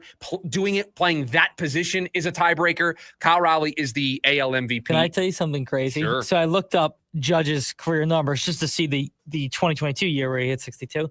In the last 4 years, he'll have an OPS over 1,000 in all of those years. 4 years of hitting 50 home runs. I mean, he's on a generational type run. That's it. We're out of here. Full Cardinals Seahawks breakdown tomorrow. We'll get you ready for ASU, TCU, and the rest of the NFL action. Everybody have a great rest of your Thursday. Jim Roma's next. See ya. AM 1060 KDUS Tempe Phoenix and KSLI